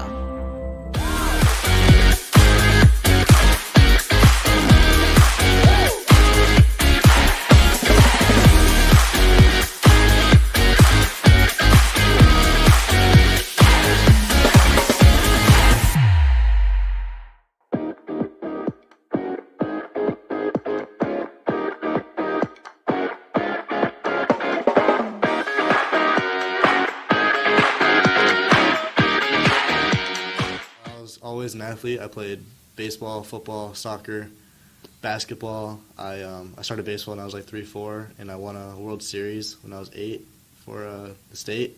I played Dixie ball down here by Anderson Snow, and I played with that team. A lot of close friends. We won the Dixie there, and then we went to states in Bushnell, and then we played states there. We won states. We made it to the World Series in South Carolina, and I played with a lot of buddies I'm close with today. My friend Raymond, Brady, and just really playing at a high level for the first time was a great experience, and that itself was just really fun to experience. Going into my 6th grade year, I'm still playing baseball. I quit out soccer by this time. I'm playing basketball and track, and I'm super excited to play football. I'm introduced to it, and it was really exciting to play football for the first time. Fortunately, I played a game or two, and I ended up breaking my growth plate in my elbow. I couldn't play the rest of the season, and I was bummed at the time, but I was just ready to keep playing, get back healthy for next year. So 7th grade rolls around, and I'm just ready to get on the field, healing from my injury, and they tried me out at safety because we already had a quarterback at the time. So I'm playing safety, and I led my team challenger for interceptions for my team my 7th grade year. So that was what I did. Unfortunately, during my 8th grade year, it came around. That was the COVID year. We had a short season, but I still made the best of it. I was a captain of my team. I was ready to play quarterback and be a starting quarterback, and I still ended up having a good year. I love playing football in middle school. I was still a multi-sport athlete, so I'm still playing basketball. We won undefeated in my 8th grade year, and it was really fun to get on the court. And I'm still playing baseball, playing around the state, and doing all the sports I could play. Going into my freshman year, it was a big change, so practices were a lot harder. Conditioning was a lot harder. We had to run a lot more, but I was really welcomed at Nature Coast where I went. All the seniors loved me. They talked to me. All the coaches liked me. I was pretty athletic, and I was the starting JV quarterback my freshman year. And it was a big experience, but I made the best out of it. Going into my sophomore year, it was a big jump from freshman to sophomore year, being Coach John's my coach, telling me that you're going to be the starter this year, as I was the only really quarterback, and he believed in me and had faith in me. And he took us on a trip the summer before, all around the different camps. We went to Vanderbilt, Coastal Carolina, with like 10 other seniors, and I was the only sophomore there. And then going into the season of my sophomore year, I was super nervous, but I was really pumped up to play, and I was really excited to play with all the older guys, and we had a good year. Rolling into my junior year, after a good sophomore year, I had a coaching change. It was a big curveball thrown at us, and we didn't really have a coach for a few months. And then Kaz came in, and we connected right away, and made me excited for my junior year. So when I got the job, it was basically the beginning of baseball season. So I didn't see much of him from a football standpoint, but I got to watch him play baseball. And obviously he's a very good-looking athlete as far as size and stature goes. So, he fits the mold of what you want in a quarterback, that's for sure. And then, the fact that he's got that cannon for an arm, it makes it only, better. But, as far as the academics and just the way that he carries himself, he's the total package. And that was what was most exciting about inheriting Jackson. It's not like I developed him or anything. He was the man already, so it's kind of a gift. So he's a great kid to work with. One of the biggest games of my junior year was a rivalry game against Hernando. I had a really long run for a touchdown and a good fade ball for another touchdown to a teammate, Donovan. And it's always good to win those rivalry games and come out with a W. Wrapping up my junior year, we had a good season. We ended up 8-3 against a pretty hard schedule, and I'm pretty proud of my stats as well. All 3 of our receivers led the county in receiving yards, so that's something to be proud of. One of the things that Jackson allows you to do is kind of build an offense, a true dual threat offense. We got a lot of speed that's coming up around him and that we're able to distribute the ball to. But at the same time, he's a threat to run at all times too. So, it allows us to run the zone read stuff, some direct quarterback runs and get them out on the edge, throwing the ball out to some guys with speed. So that's something that we're looking at doing this year, continuing to try to be more dynamic. It was in the game plan last year, and those receivers was very young last year, but now they've all had time to come up and grow together. And I think we saw that last week. We were distributing the ball everywhere. We had some young guys that we brought in and played, and we're looking to do some special things this year. Honestly, I can't believe I'm a senior. It's come super fast. And my team goals are, I hope we go undefeated. I think we have the ability to. We have a lot of talent on our team. And my personal goal, I hope we could throw more than we have in the past for 1,500 yards maybe, and just win as many games as we can. Jackson being a two-sport athlete, specifically with baseball and football, it's an intriguing dynamic, just because of the way that the off-season overlaps.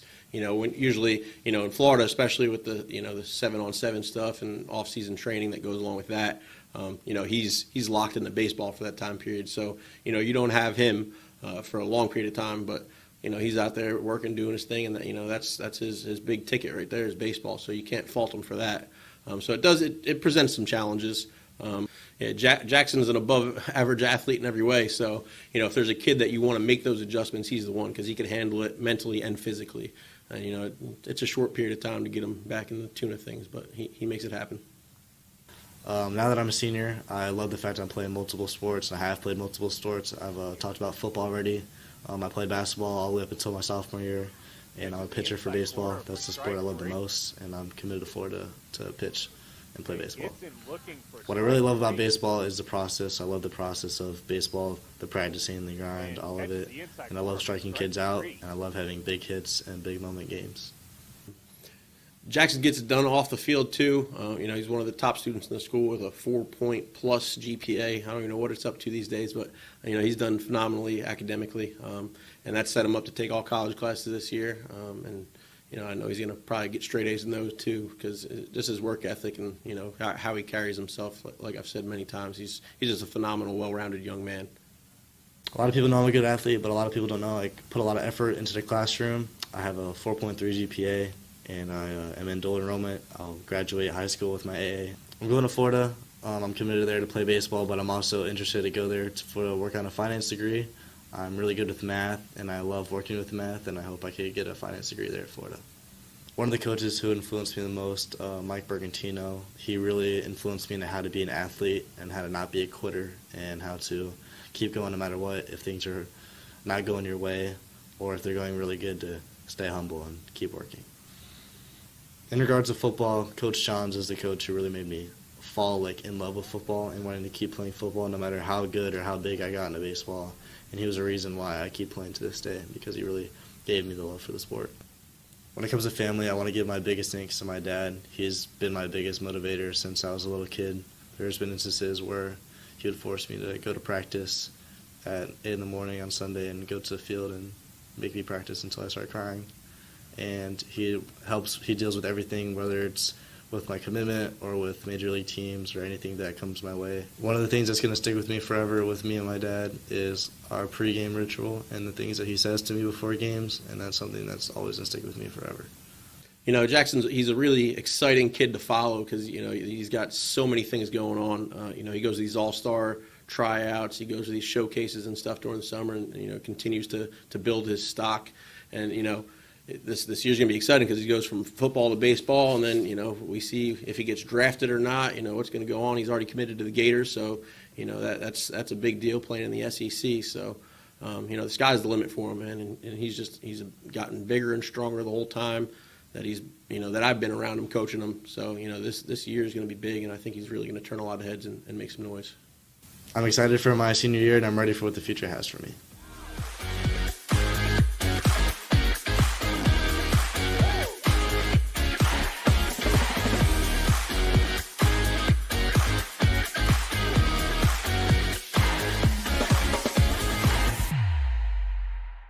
When you play football, you develop this mentality that, you know, you can withstand anything. You're Mr. Tough Guy. So years I had been battling. I was just excited to finally meet someone who knew what I was going through, who saw my pain, to think that in a matter of one treatment, and it got better and better as I began to get treatments throughout the month. You know, why would you deal with this pain for another day? Welcome back to GCSN at the Half. Now let's take it down to the field with John McMurdo, who's with Nature Coast Athletic Director Dan Garifano. John? Thanks, Will. Coach, go ahead and tell us a little bit about the fall season. I know you guys are off to a 1-0 start after a 14-12 win next week, but go ahead and tell us a little bit about the fall program here for football. Yeah, we got off to a good start last week at Southlake against a talented team in some bad weather. We jumped out 14-0. They made it close at the end. The defense made a great play at the end of the game to stop the 2-point conversion. This year's team is athletic. We're big. We've got experience. We're fast, and we expect to have a pretty good season this year. That's great to hear. I know weather's been a factor for some of the other sports. I was here for the JV game the other night, and unfortunately they got a few plays in, and then the rain came. But tell us about some of the other fall programs you have going on. Volleyball has gotten off to a good start in their season. Both golf programs are just starting. Cross country has their first meet tomorrow, and swimming had got canceled on the way to Clearwater. So all off to a good start, and we're ready to roll.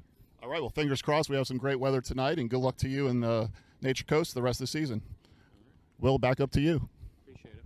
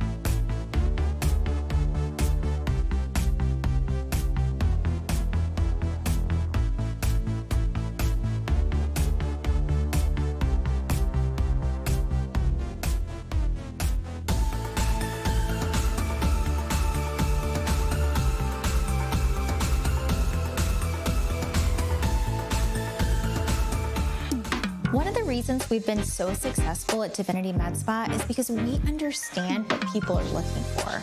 They want to look rested, refreshed, good for their age. We can accomplish this by treatments such as Botox, filler, lasers, and an array of facials, all by a team of trusted experts. This is Divinity, Hernando County's only locally owned and operated med spa. Come see us. We can't wait to meet you.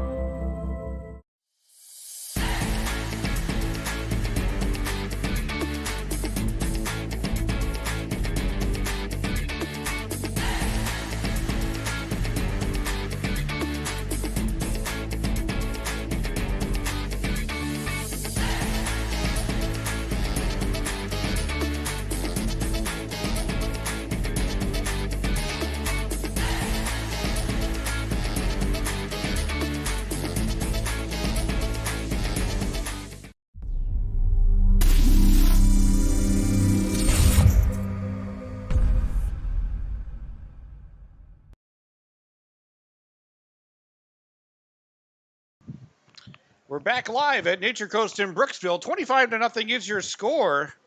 The Sharks over the Pirates. We hope you enjoyed GCSN at the half, but now it's time to kick it back over to Paul and Abe for the second half call. Take it away, boys.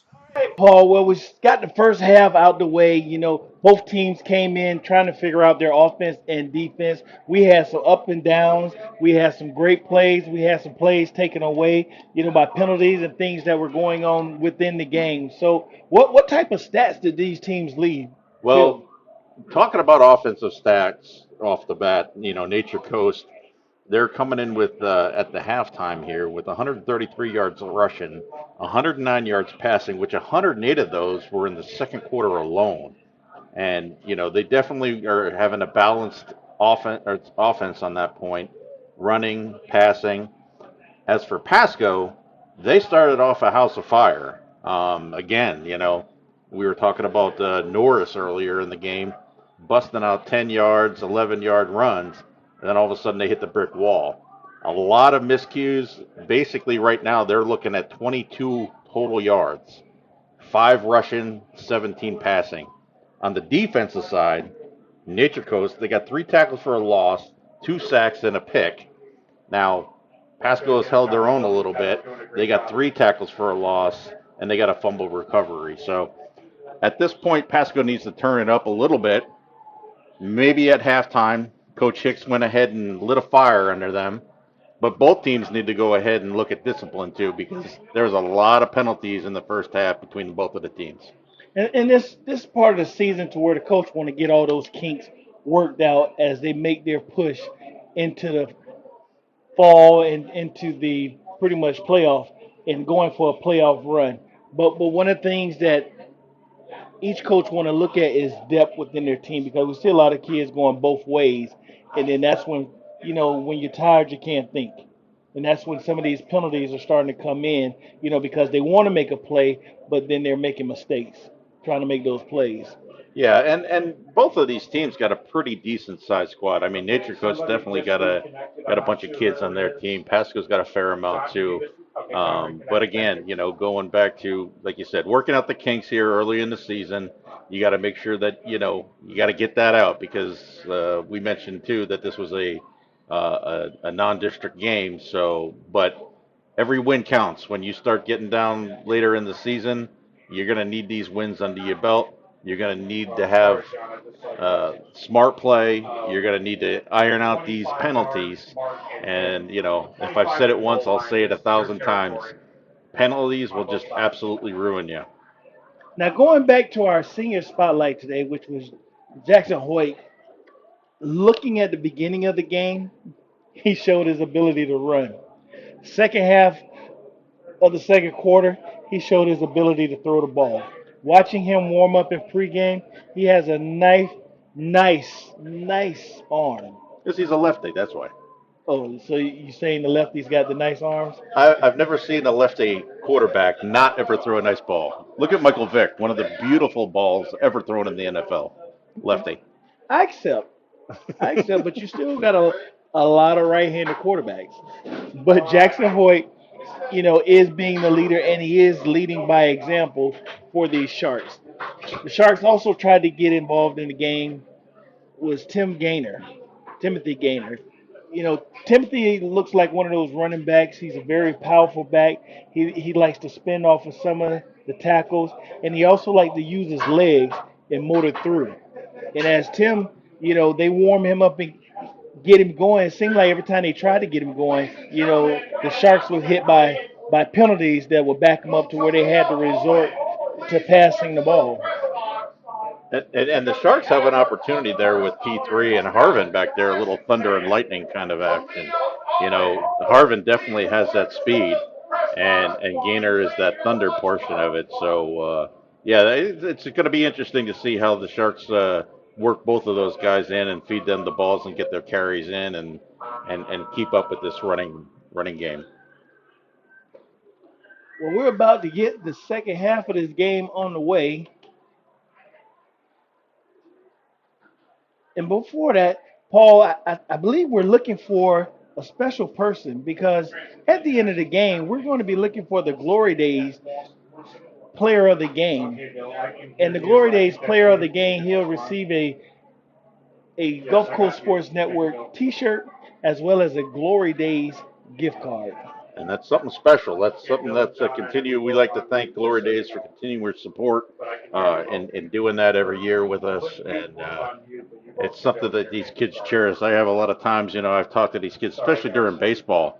You give them the bat, you give them the certificate. They love that. They dig that. So we're going to go ahead and start up here the second half with the Sharks kicking off to Pasco with a 25-0 lead. Chancalay is going to be kicking off for the Sharks. See if he's going to go ahead and feed it back to Jelada Smith, who's been that deep threat back there. Actually, he's going to go short, and he's going to do a little fair catch right there. So go ahead and Pasco's going to go ahead and start it up. Looks like they're going to be at the 35-yard line. And next week, September 6th, if you have nothing going on, make sure you tune in to Gulf Coast Sports Network. We'll be checking out the Mitchell Mustang and the Cypress Creek Coyotes. Yeah, and the week after that is the Battle of Hexham. Who plays in the Battle of Hexham? Oh, Wikiwachi and Central. Oh, that ought to be a nice game. Did they battle last year? Oh, they did. They did. And who was able to pull that out? Who pulled that game out? You pulling me on the spot, ain't you? Central won that game. Central won that game. I called that game, and I don't remember. All right, so Pasco's going to go ahead and round it up here, 1st and 10, and we're going to go ahead and already start with a penalty in the second half. Central was the year prior. Last year, Wikiwachi won. Let's just test it and see what you had, because normally we do a little trivia, so we wanted to see what you knew. We're going to blame that on Will Welke, ladies and gentlemen. I'm going to have to review the tapes. I'll review the tapes. So we're going to go ahead and start the second half with, once again, a penalty. It's going to be a false start on Pasco because they're already digging themselves in a hole. It's going to be 1st and 15. Deitchis is back deep with Norris in the backfield behind him. There's a snap. There's the handoff to Horace. Right up the middle, immediately taken down. It's a big man on campus, Mr. Grant Landing. Well, it appeared Norris, they tried the little run again to the left side of the field with Norris, but the Sharks are not having it. Their defensive line, after all that 40 yards of rushing he had at the beginning of the game, they have shut that down. Yeah, that was my bad. That was Tyler Deso on that stop. Tyler Deso. So that'll bring up 2nd and 16. Pasco looking to put something together. There's the snap. Again, it's going to go up to Norris. Norris finds the crack. Picks up about 4 on that play. Bring 3rd and long up for Pasco. Norris is running very hard. He is really trying to make something happen for the Pirates. But I got to give it up for the Sharks defense because they are wrapping up. Even though he's banging and hitting them and hitting the hole hard, they are wrapping up and they're not arm tackling right now. Yeah, that first series definitely, I think it might have caught the Sharks a little bit off guard, and they've definitely corrected that problem. So it'll bring up the 3rd and 13 for the Pasco Pirates. Down 25-0 here. Here's a snap, low snap. Going to take it up the middle himself. He just goes a little short, about 2 yards short of the first down, and yet another flag is thrown on the. Now, I got to give Deep some credit on that because he came through there. Check out his care one. He looked, he pulled the ball down, and he started running straight up the middle. Had a little bump by the referee to give him some extra yardage on the play. Little help. So and then another flag on the play, and it looks like it's going to be against the Sharks. Now, the Sharks have been giving Pasco plenty yards off of penalties. Absolutely. Again, both teams are giving each other yards, and I think we're definitely beyond double digits now here in penalties. So it's going to be a personal foul. I think it was the hit on the slide on the quarterback. So there's the snap, and once again, it's going to be the Yaner. And, hey, guess what's on the play? A couple flags. flags all over the place, Paul. And it seemed like they went right back to trying to run Norris up the middle, and Nature Coast Sharks is immediately swarming the ball. Yeah, Pasco got hit with a legal shift on that one. So you give a little, take a little. That's it. And again, that goes back to what I mentioned earlier, is that you're putting yourself in a hole because you're running extra plays. You're wearing yourself out. By the time we get around to the fourth quarter, you have 15, 20 extra plays that you ran that got you nothing. So we're going to go ahead and restart this one again here, 1st and 15. And when you start having a lot of penalties like that, it makes the game longer than what you expect it to be. Absolutely. So we'll see what Pasco can do here. There's the snap. He's looking to the left. Oh, it's tipped at the line of scrimmage. Pass is intended to number 8, Gio Reyes. Sharks got the big paw up there and knocked it down. So that'll bring up 2nd and 15. Seemed like Coach Hicks, offensive coordinator, is trying to find something, to start a spark in this Pirates offense to get them moving. And what's happening is he's being crippled by these penalties that's going back and forth, and they can't establish the run nor the pass right now. And the Sharks defense has become very stingy. No mo. And that's what you got to have. You got to have some mo. I like that. So the Pasco Pirates go ahead and run it with Norris again. This time he finds the crack up the middle. Paul, I got to give it to that young man. He is running with a purpose. When he hits the hole, he hits the hole. And he's hitting it, trying to get whatever he can out of it. And he's found that area again on that right side of the Sharks defensive line. And he finally got a push from his offensive line. Well, if you look at that first half, Abe, they had 22 total yards, but yet Norris probably had about 45 yards rushing. So, like you said, give it to that kid. He's all heart right now. So it's going to be about 3rd and 4 for Pasco in the Sharks territory at the 35. There's the quick throw over to the left, a little low, going to be incomplete, and that's going to bring up 4th down. Well, what interrupted that play was the Sharks coming in with a lot of pressure, and the quarterback had to immediately get the balls out of his hands, and the receiver didn't even get a chance to really get turned around. Until he turned around, the ball was already there going low for him. Yeah, that pressure by the Sharks defense has been on it tonight. Definitely been on it tonight. So any problem that they had to start off the game has now been corrected. So it's going to be 4th down and 3 for the Pirates here. 9:05 left to go here in the 3rd quarter. Paul, this is an important, very important 4th down. If the Pirates can get something going while they're down here. Oh, he's going to get flushed out of the pocket. He's looking to the right. And there's another flag. Absolutely. Is that a positive that they may need to get that 1st down? Let's check it out on the Care 1 instant replay. Got the motion. Quarterback drops back. He's looking. He's flushed out of the pocket. He tries to throw, and the receiver's all over his back. Yeah, that was number 22, Picarello. But they call holding on Pasco. Nature Coast. He corrected himself. So they're going to try it again. So hopefully they seem that the Sharks, they're going to give up 2 to 3 yards, but they're not going to let you get anything deep behind them. Because what's happening is the Pirates are running, these quick outs, but they're only going 2-3 yards, which is not beyond the sticks. So 4th and 3. Here's a quick pass again, knocked down. Nice play there by Lanning. So that'll be a turnover on downs, and the Sharks will get the ball here back. Go ahead the first time for the 2nd half. So you had it to where you have 4th and short, and you attempted multiple passes, short passes.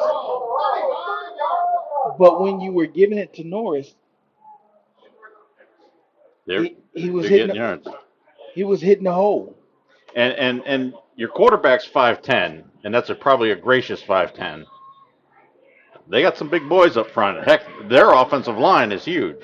So So the Sharks will have the ball at their 35, 1st and 10. Hoyt takes the snap, sits back in the pocket looking, fires it across the middle. Oh, Lanning trying to go for a one-handed snag on that. Falls incomplete and bring up 2nd down. And Jackson Hoyt stayed in the pocket. Check out this instant replay. He got the ball. He stayed in the pocket. He looked. He was almost, and it hit the hands of Lanning, but he just couldn't pull it in. Yeah, that was a little bit on the lead side there, and there was a little bit of late pressure too on Hoyt. Most times quarterbacks lead their receivers. Yeah, he put his hands out there. He got to make a play. You know the old adage, it hits you in the hands, you better catch it. Touch it, you catch it. That's it. So that'll bring 2nd and 10 now for the Sharks. Harvard in motion. There's a little false start right there on the right-hand side of the line there. Got a little jump start over there. So this is probably penalty number, 18, I'm thinking maybe? So that'll move the Sharks back 5. We'll call it 2nd and 15.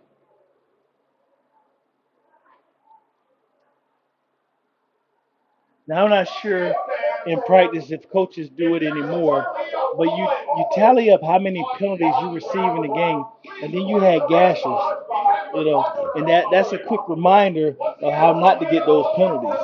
That's it. For every penalty, that's how many minutes you got to run. There's the snap. Hoyt looking deep. He's going down the left-hand side. Got a man He's by got himself. Harvard open. He's going to cut it back in across the middle. He's out to the 30. He breaks the tackle. He's out to the 15, 10, 5. Touchdown, Sharks! Jasir Harvard on the touchdown. Paul, let's take a look at that play because it caught us off guard. And that left-hand quarterback talked about, Hoyt dropped back. He seen Harvey going. He put nothing but air up under that ball. Harvey was by himself. He made a nice move. He cut back, and then he sprinted his way down the field, and he showed his wheels as he made it into the end zone for the Sharks, which now puts them 31-0 with 8 minutes and 38 seconds remaining in the game. And I believe that play has woken up this crowd in the Sharks tank because he caught everybody. He was back there by himself. Yeah, there was 2 receivers doing a fly route, and 18, that's going to be Connor Schweitzer for Pasco. He took the inside man, left Harvin wide open on the left-hand side, and you can't leave Harvin wide open like that. Harvin actually showed us he had some quick feet on that play. He had quick stopping ability. He made a move, and he took it to the middle. Some players would like to try to run it to the outside and run that angle. Harvin said, no, I'm taking it straight up the field, and he showed that burst of speed. And that's something that Nature Coast did not have last year. Nature Coast was a power, and they were able to get out, but they did not have speed like what they have right now. No, they definitely they had the power, didn't have the speed, and so that's a nice adjustment and addition that the Sharks have gotten to their offense. So the Sharks up 32-0 here. 8:23 left to go in the 3rd. They're putting it to them now. I tell you, Harvin looks like Percy Harvin. Remember Percy Harvin for the Gators? For the Gators? Oh, yeah. You're wrong for making me say that, but okay. I know you're you're a true Noles fan. I know you're a Noles fan. So Stinyer takes the kickoff. Coming up the middle, brings it up to about the 35, so the Pasco will have a start here in their own territory. Yeah, I didn't mean to offend you by doing that, Abe. I know you're an old it's fan. It's nothing but love. It's still a team in Florida. I accept. Don't forget to subscribe, like, and comment.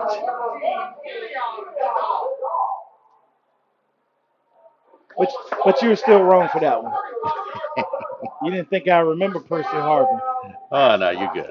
He did some damage for the Gators. He was a very, very shifty, swifty, fast speed receiver. So Pasco's going to go ahead and try this one more time. At this point in the game, you're down 32-0. You want positives, even if they're little. Just make positive plays. Norris has definitely supplied that. So there's Norris again up the middle, and there's more flags on the play.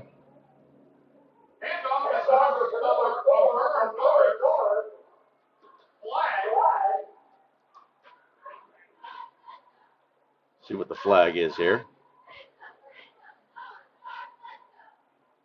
Looks like it's probably going to be holding.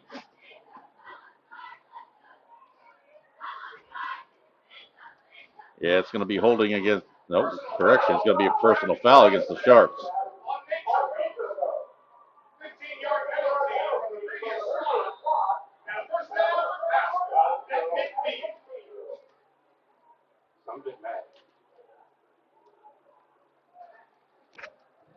So Pasco got free 15 yards here, so it's going to be 1st and 10 at midfield. Quarterback's under center. There's the pitch out to the left of Norris. He's looking for a little bit of something on, and he gets nothing out on the left-hand side there. Nice play there by the Sharks. I think it's Dakota Mitchell there on the tackle, along with Avion Jackson. We got another penalty? Well, apparently, oh yeah, we do. One of Nature Coast Sharks either took the towel of the quarterback. Unsportsmanlike. When you're in the 20-something penalties in the game now, I think something like that, you just might want to let it slide. Let these kids play some football.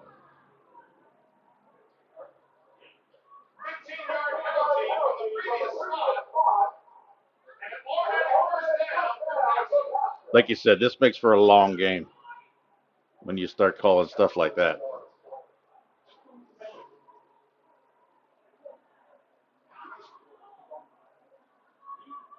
So Pasco getting some free yards here. They got 3 first downs all on penalties. So it's going to be 1st and 10 at Nature Coast 43-yard line.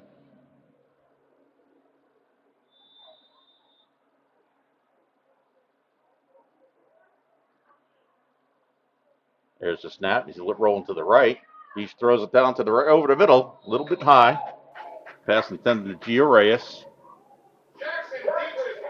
Right then, the Pirates have gone up under center, and it appears they're trying to spark their offense. They're in the area, but apparently the quarterback overthrew him, because they was having pressure by the Sharks defense.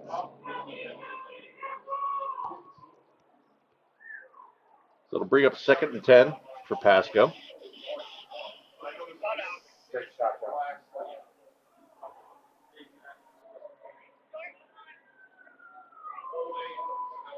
Peaches going to be under center again. Norris back to 8. Man in motion. There's the handoff to Norris. He's going to go at the middle. Immediately stopped by a host of Sharks. Oh, he tried to hit the hole mighty hard, but the Sharks defense, like I said, has put up a wall. Yeah, there was 3 or 4 Sharks on that play there that he wasn't getting through that time. So they're going to give him a 2-yard gain on that. That'll bring up 3rd down and 8.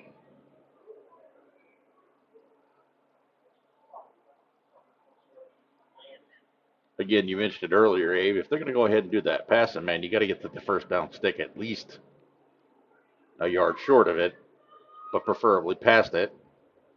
You got to give yourself a chance. So Deaches is in the pistol formation.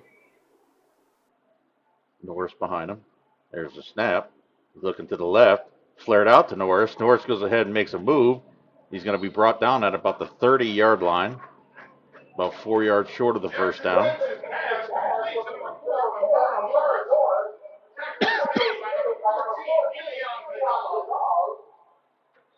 Look like Norris and the quarterback are trying to make something happen.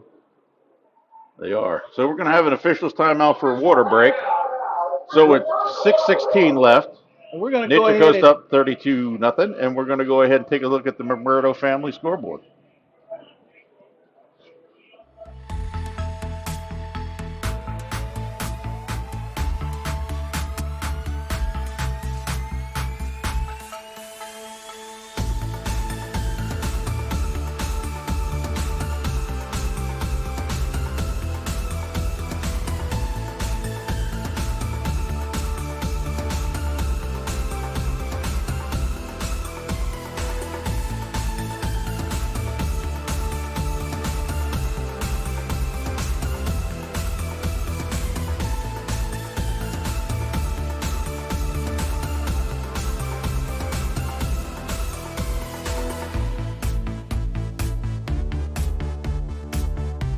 All right, we're back here.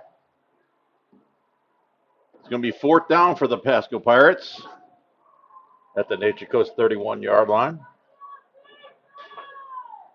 Number 7 has had some nice runs. You know, and I would put the ball in his hand. Jackson has been doing an excellent job whenever he ran up the middle or around the outside. Between him and Norris, one of the two, I'm going to put the ball in their hands. Oh. There you go. Bang. That's a shot in the foot. Move it back 5. So that'll bring up 4th and 9 now.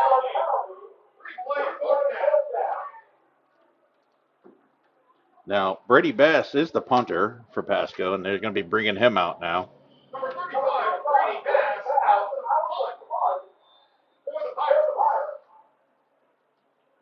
So they're just going to go ahead and kick it away to Nature Coast. Back deep for Nature Coast is Picariello.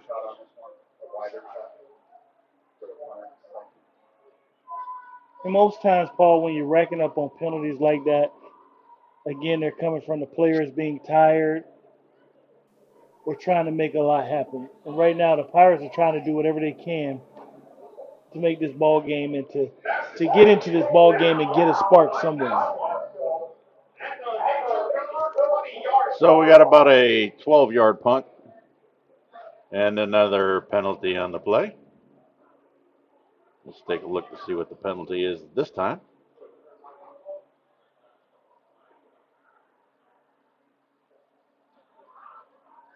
Punt down there by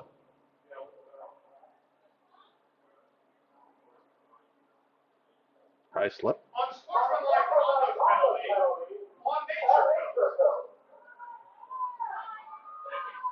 So apparently we got another 15-yard penalty. It's the order of the night.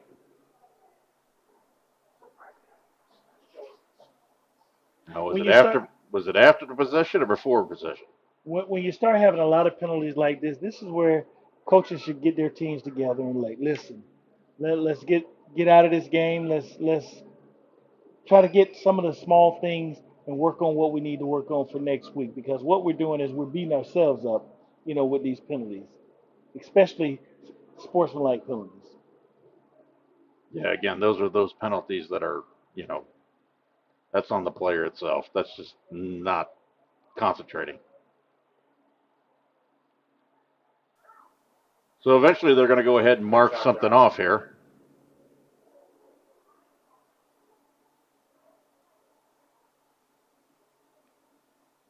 They're discussing something with Coach Kaz.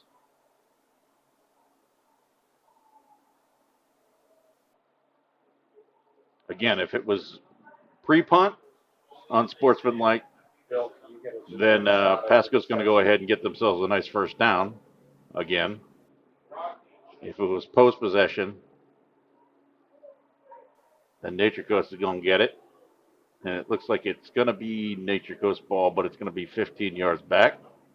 So they're going to be moved back to the 10-yard line. Nature goes 1st and 10, deep in their own territory with a 32-0 lead here. 6.5 left to go here in the third quarter. So I think this might be the time to go ahead and feature Gaynor a little bit more. Nope, they got a new running back in. Paul. Oh, yeah. R.J. Jones, Rodney Jones. Getting a little action here. Freshman. There's a snap. Hoyt's going to take it himself. Left side. Taking out of bounds at about the 22.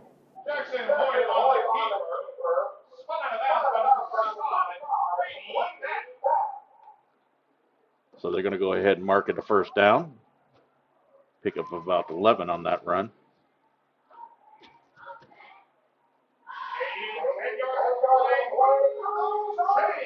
So Jackson Hoyt moved the chains with his legs on that play, coming around that left side. So 1st and 10 at the 20. Here's a snap. Hoyt looking, going deep. He's got two receivers to pick from, and that's going to be a touchdown. That's all alone. Jacorum Owens, all by himself. Another Sharks touchdown. And he gives his little dance with it.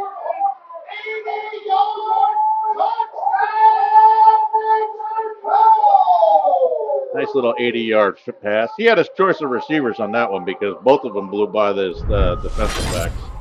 That's a Saturday, Sunday type play. Hoyt drops back. Hoyt puts the ball in the air. Owens pulls away. He catches the ball. He's moved 30, 20, 10, and he's in the end zone. It looks like that was a blown coverage there because it looked like the cornerback let the receiver go thinking that a safety was going to be there. The safety already had the other receiver there. You gotta go man on that one. You can't release on that. So, Paul, I thought that was going to be you saying, that was a left-handed quarterback kind of throw, Well, that was. Now, one of the things that I did like about that with that Jackson Hoyt throw was Owens kept it in stride. He did not have to turn around. He did not have to stop for the ball. It was in stride, and then he gave us a little dance at the end. That's it. Hey, you know what? More power to him on that. He gave a little shark dance. But now look at Nature Coast with 145 rushing yards and an impressive 240 some passing yards. Jackson Hoyt is really becoming the spotlight for tonight. So there was cheese in the pocket. It smelled like Febreze. So Nature Coast up 39-0. 4:22. We do have a running clock, Abe. Even through the penalties. Even through the penalties.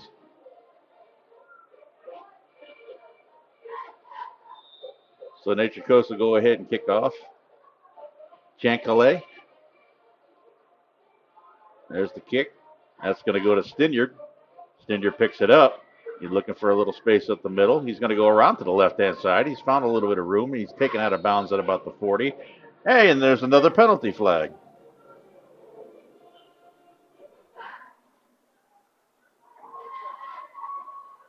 Well, let's see what the penalty is.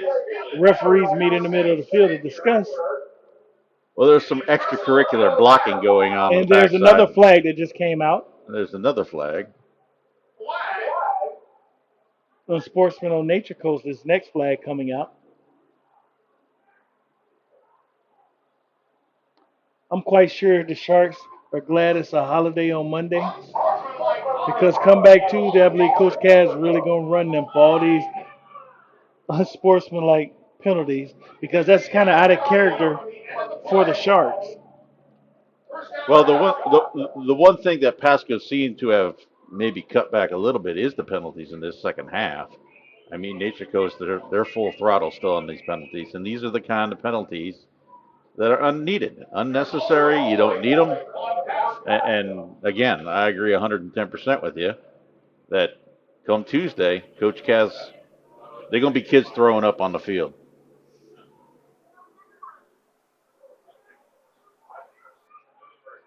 So the referee's over there trying to explain to them why they called that penalty.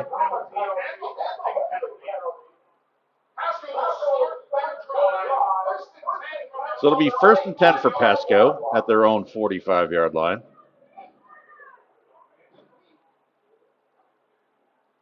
Two minutes, 10 seconds remaining in the third quarter. We got the Sharks up 39 to the Pirates 0. Got a late sub coming in for Pasco, or correction, for Nature Coast. There's a snap. Norris goes up the middle, and he's dropped behind the line of scrimmage, maybe to the line of scrimmage.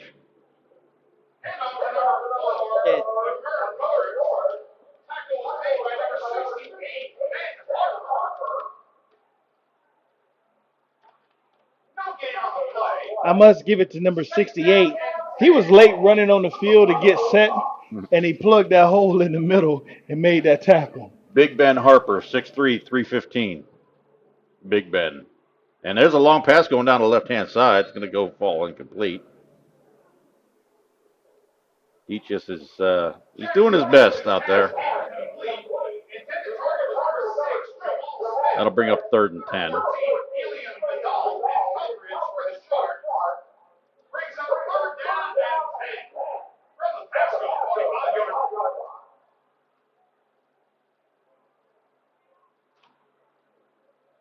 So 3rd and 10 at the Pirates 45. He just goes across the middle. Nice catch. He comes back. Taken down. It'll bring about 4th down. And hey, another look. flag. There's another flag. I think he might have tackled him too hard on that. Let's see. check it out on this Careway instant replay. Deeks drops back, throws a quick hit up in the middle of the field to number 11, Bryce Fricks. So face mask on that. They'll pick up the 1st down. That's and the 1st more. down.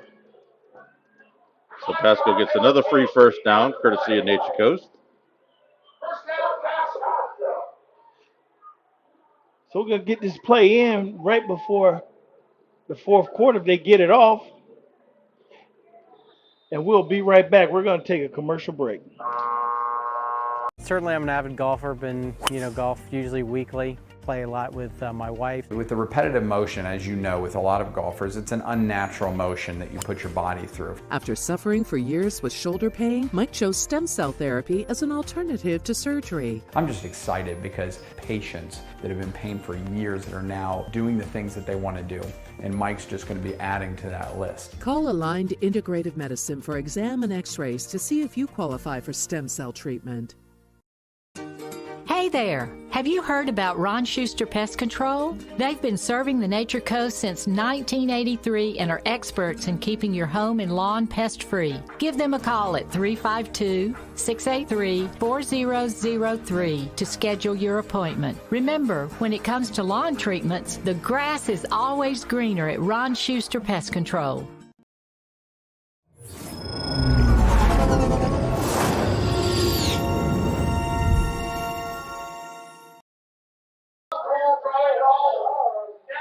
All right, so we're going to go ahead and start up here in the 4th quarter with Nature Coast up 39-0. We're going to have a running clock for the rest of this game.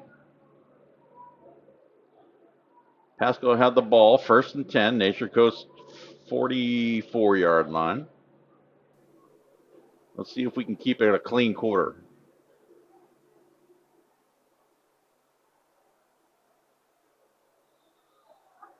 Deach is back in the pistol. Norris behind him.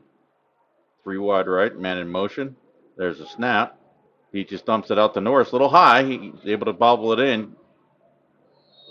Loses about 5 on the play.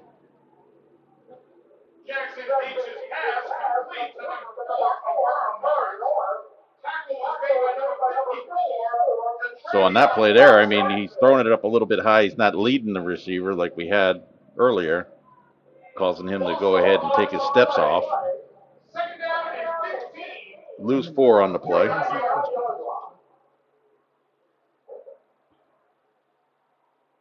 So it'll be 2nd and 14.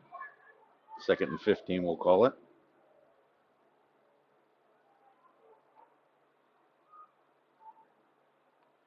Man in motion is Fricks. There's the handoff to Norris. Immediately met in the backfield.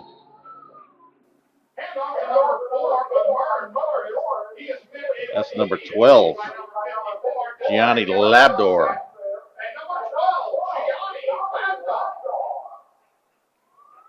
So that'll bring up 3rd and pretty long.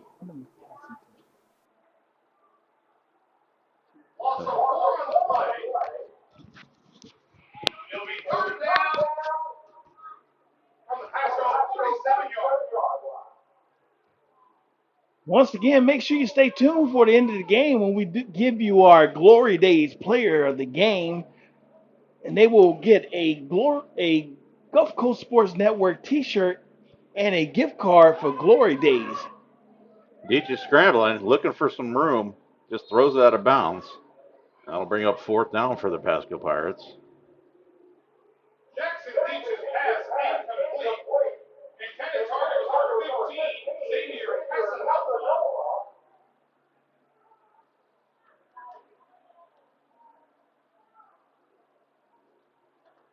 So Brady Bass will go ahead and come out the punt for Pasco.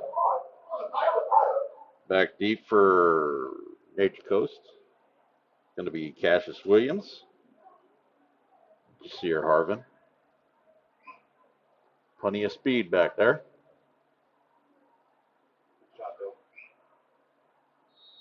And we're going to go ahead and get a false start again.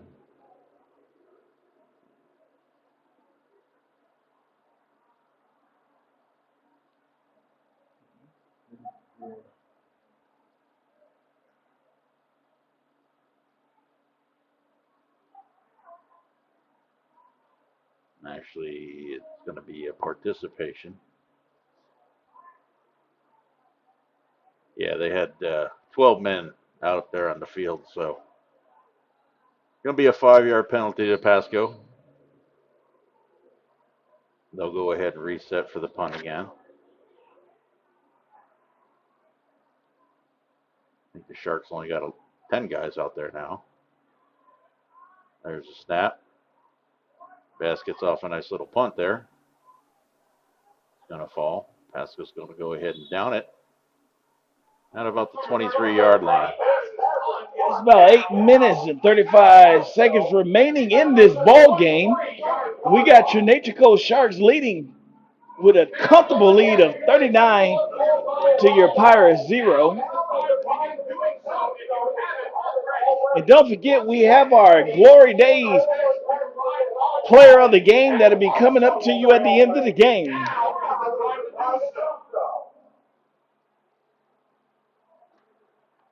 So Jackson Hoyt will still be out there. Gainer lined up behind him.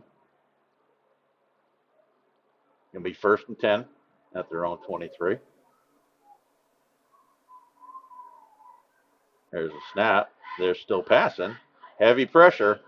He's rolling to the left. Gets rid of it. Going to be incomplete. And hey, guess what? We got flags on the play.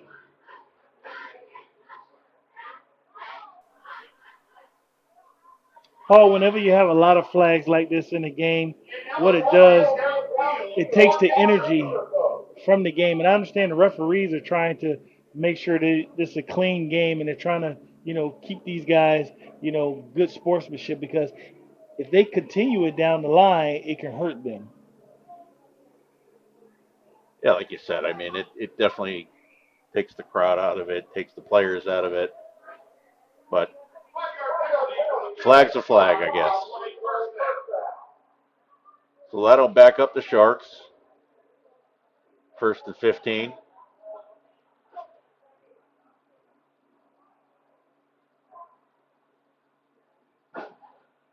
At this point, with a running clock, Abe, you can try get to your trick bag and maybe test out some plays maybe for next week. No harm, no foul, I guess. But you still want to get out of the game healthy, because then Sure. you'll be getting ready to get into district play. So here's the snap. There's the pitch out. Going to take it around the left-hand side. That's Rodney Jones. It's just beyond the original line of scrimmage.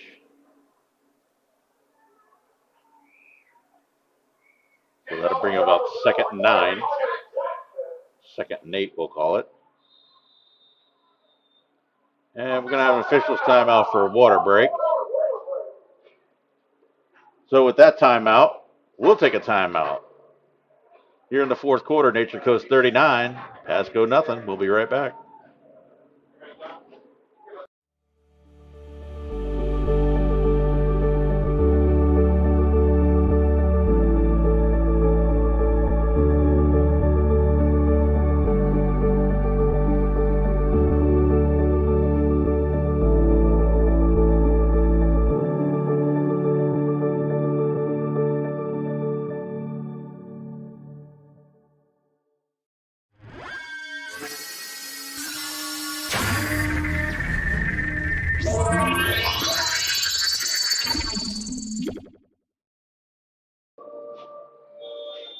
And he had one.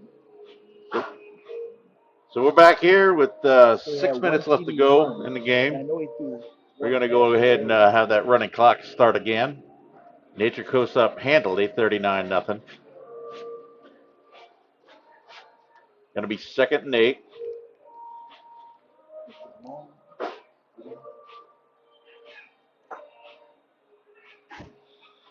Man in motion. There's the snap. There's the little forward pass. Caught in the backfield. Nice play there by the Pasco Pirates. That was number 21, Nick Elwin.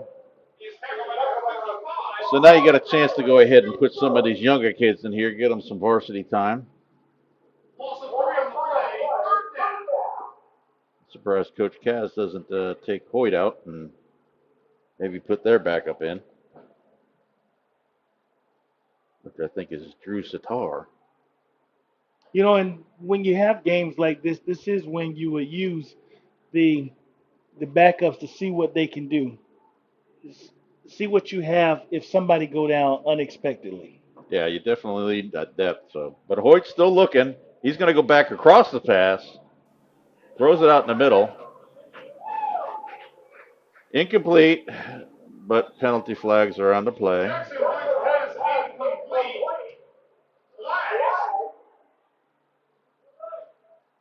Looks like that's probably going to go against Pasco.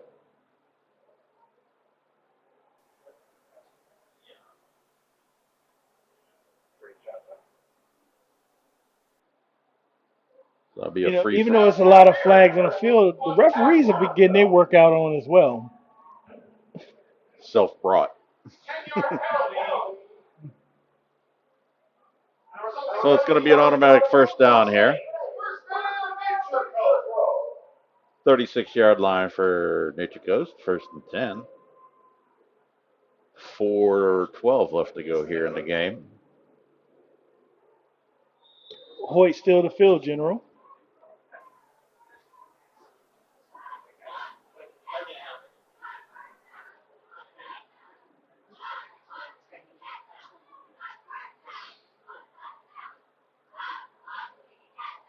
Man in motion. There's a snap. He's going to quick flare out to 14. That's Fidel. That's going to fall incomplete. And that'll bring up 2nd and 10.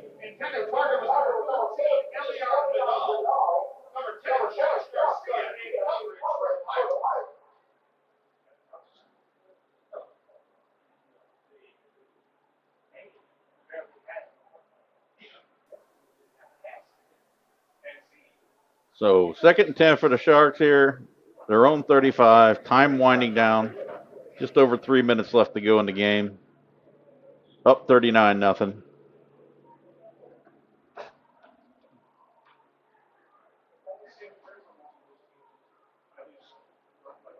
Man in motion again. There's a snap. Fakes the handoff. Pump fake. Looking heavy pressure. He's going to scramble. He's going to go to the left-hand side. He's got a little bit of an opening, and another flag gets thrown. So that's probably going to come back because I'm sure it's probably holding. It looked like he picked up about 20 yards on the play, but it looked like it's going to come back and not cost anything for him. That run there, had they not had any penalties on it, would have probably put Hoyt over 100 yards rushing tonight. Yeah, that's illegal block in the back, I think, right there. Illegal block. And so that's going to negate that yardage that he just picked up.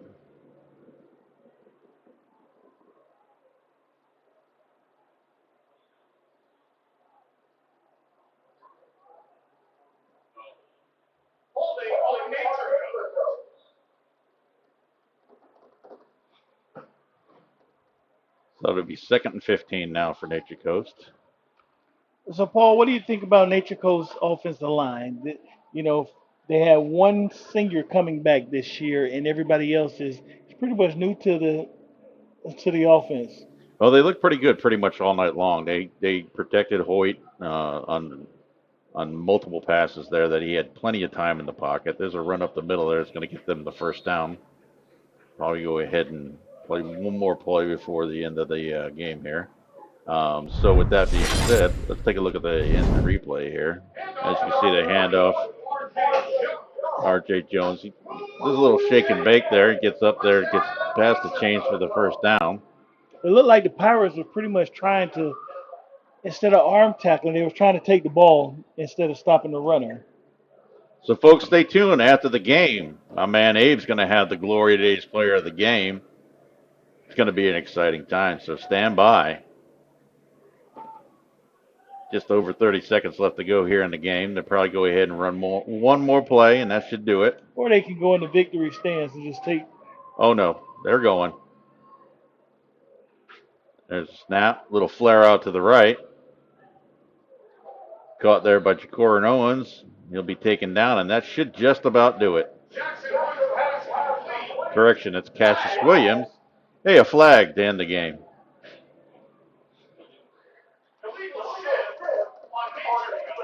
So I think we're almost close to 30 penalties called by the officiating crew tonight.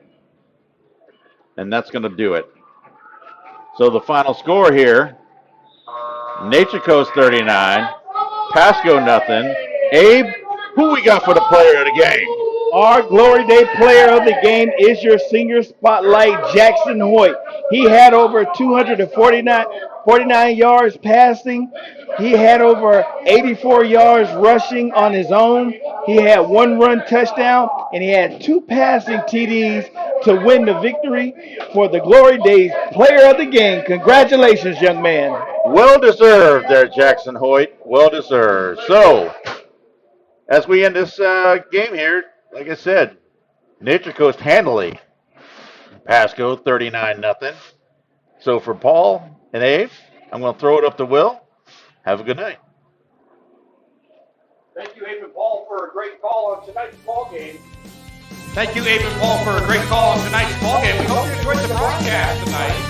For Abe Aldell, Paul Smith, John McMurdo, Bill Reiser, I'm Will Wilkie. We'll see you next time.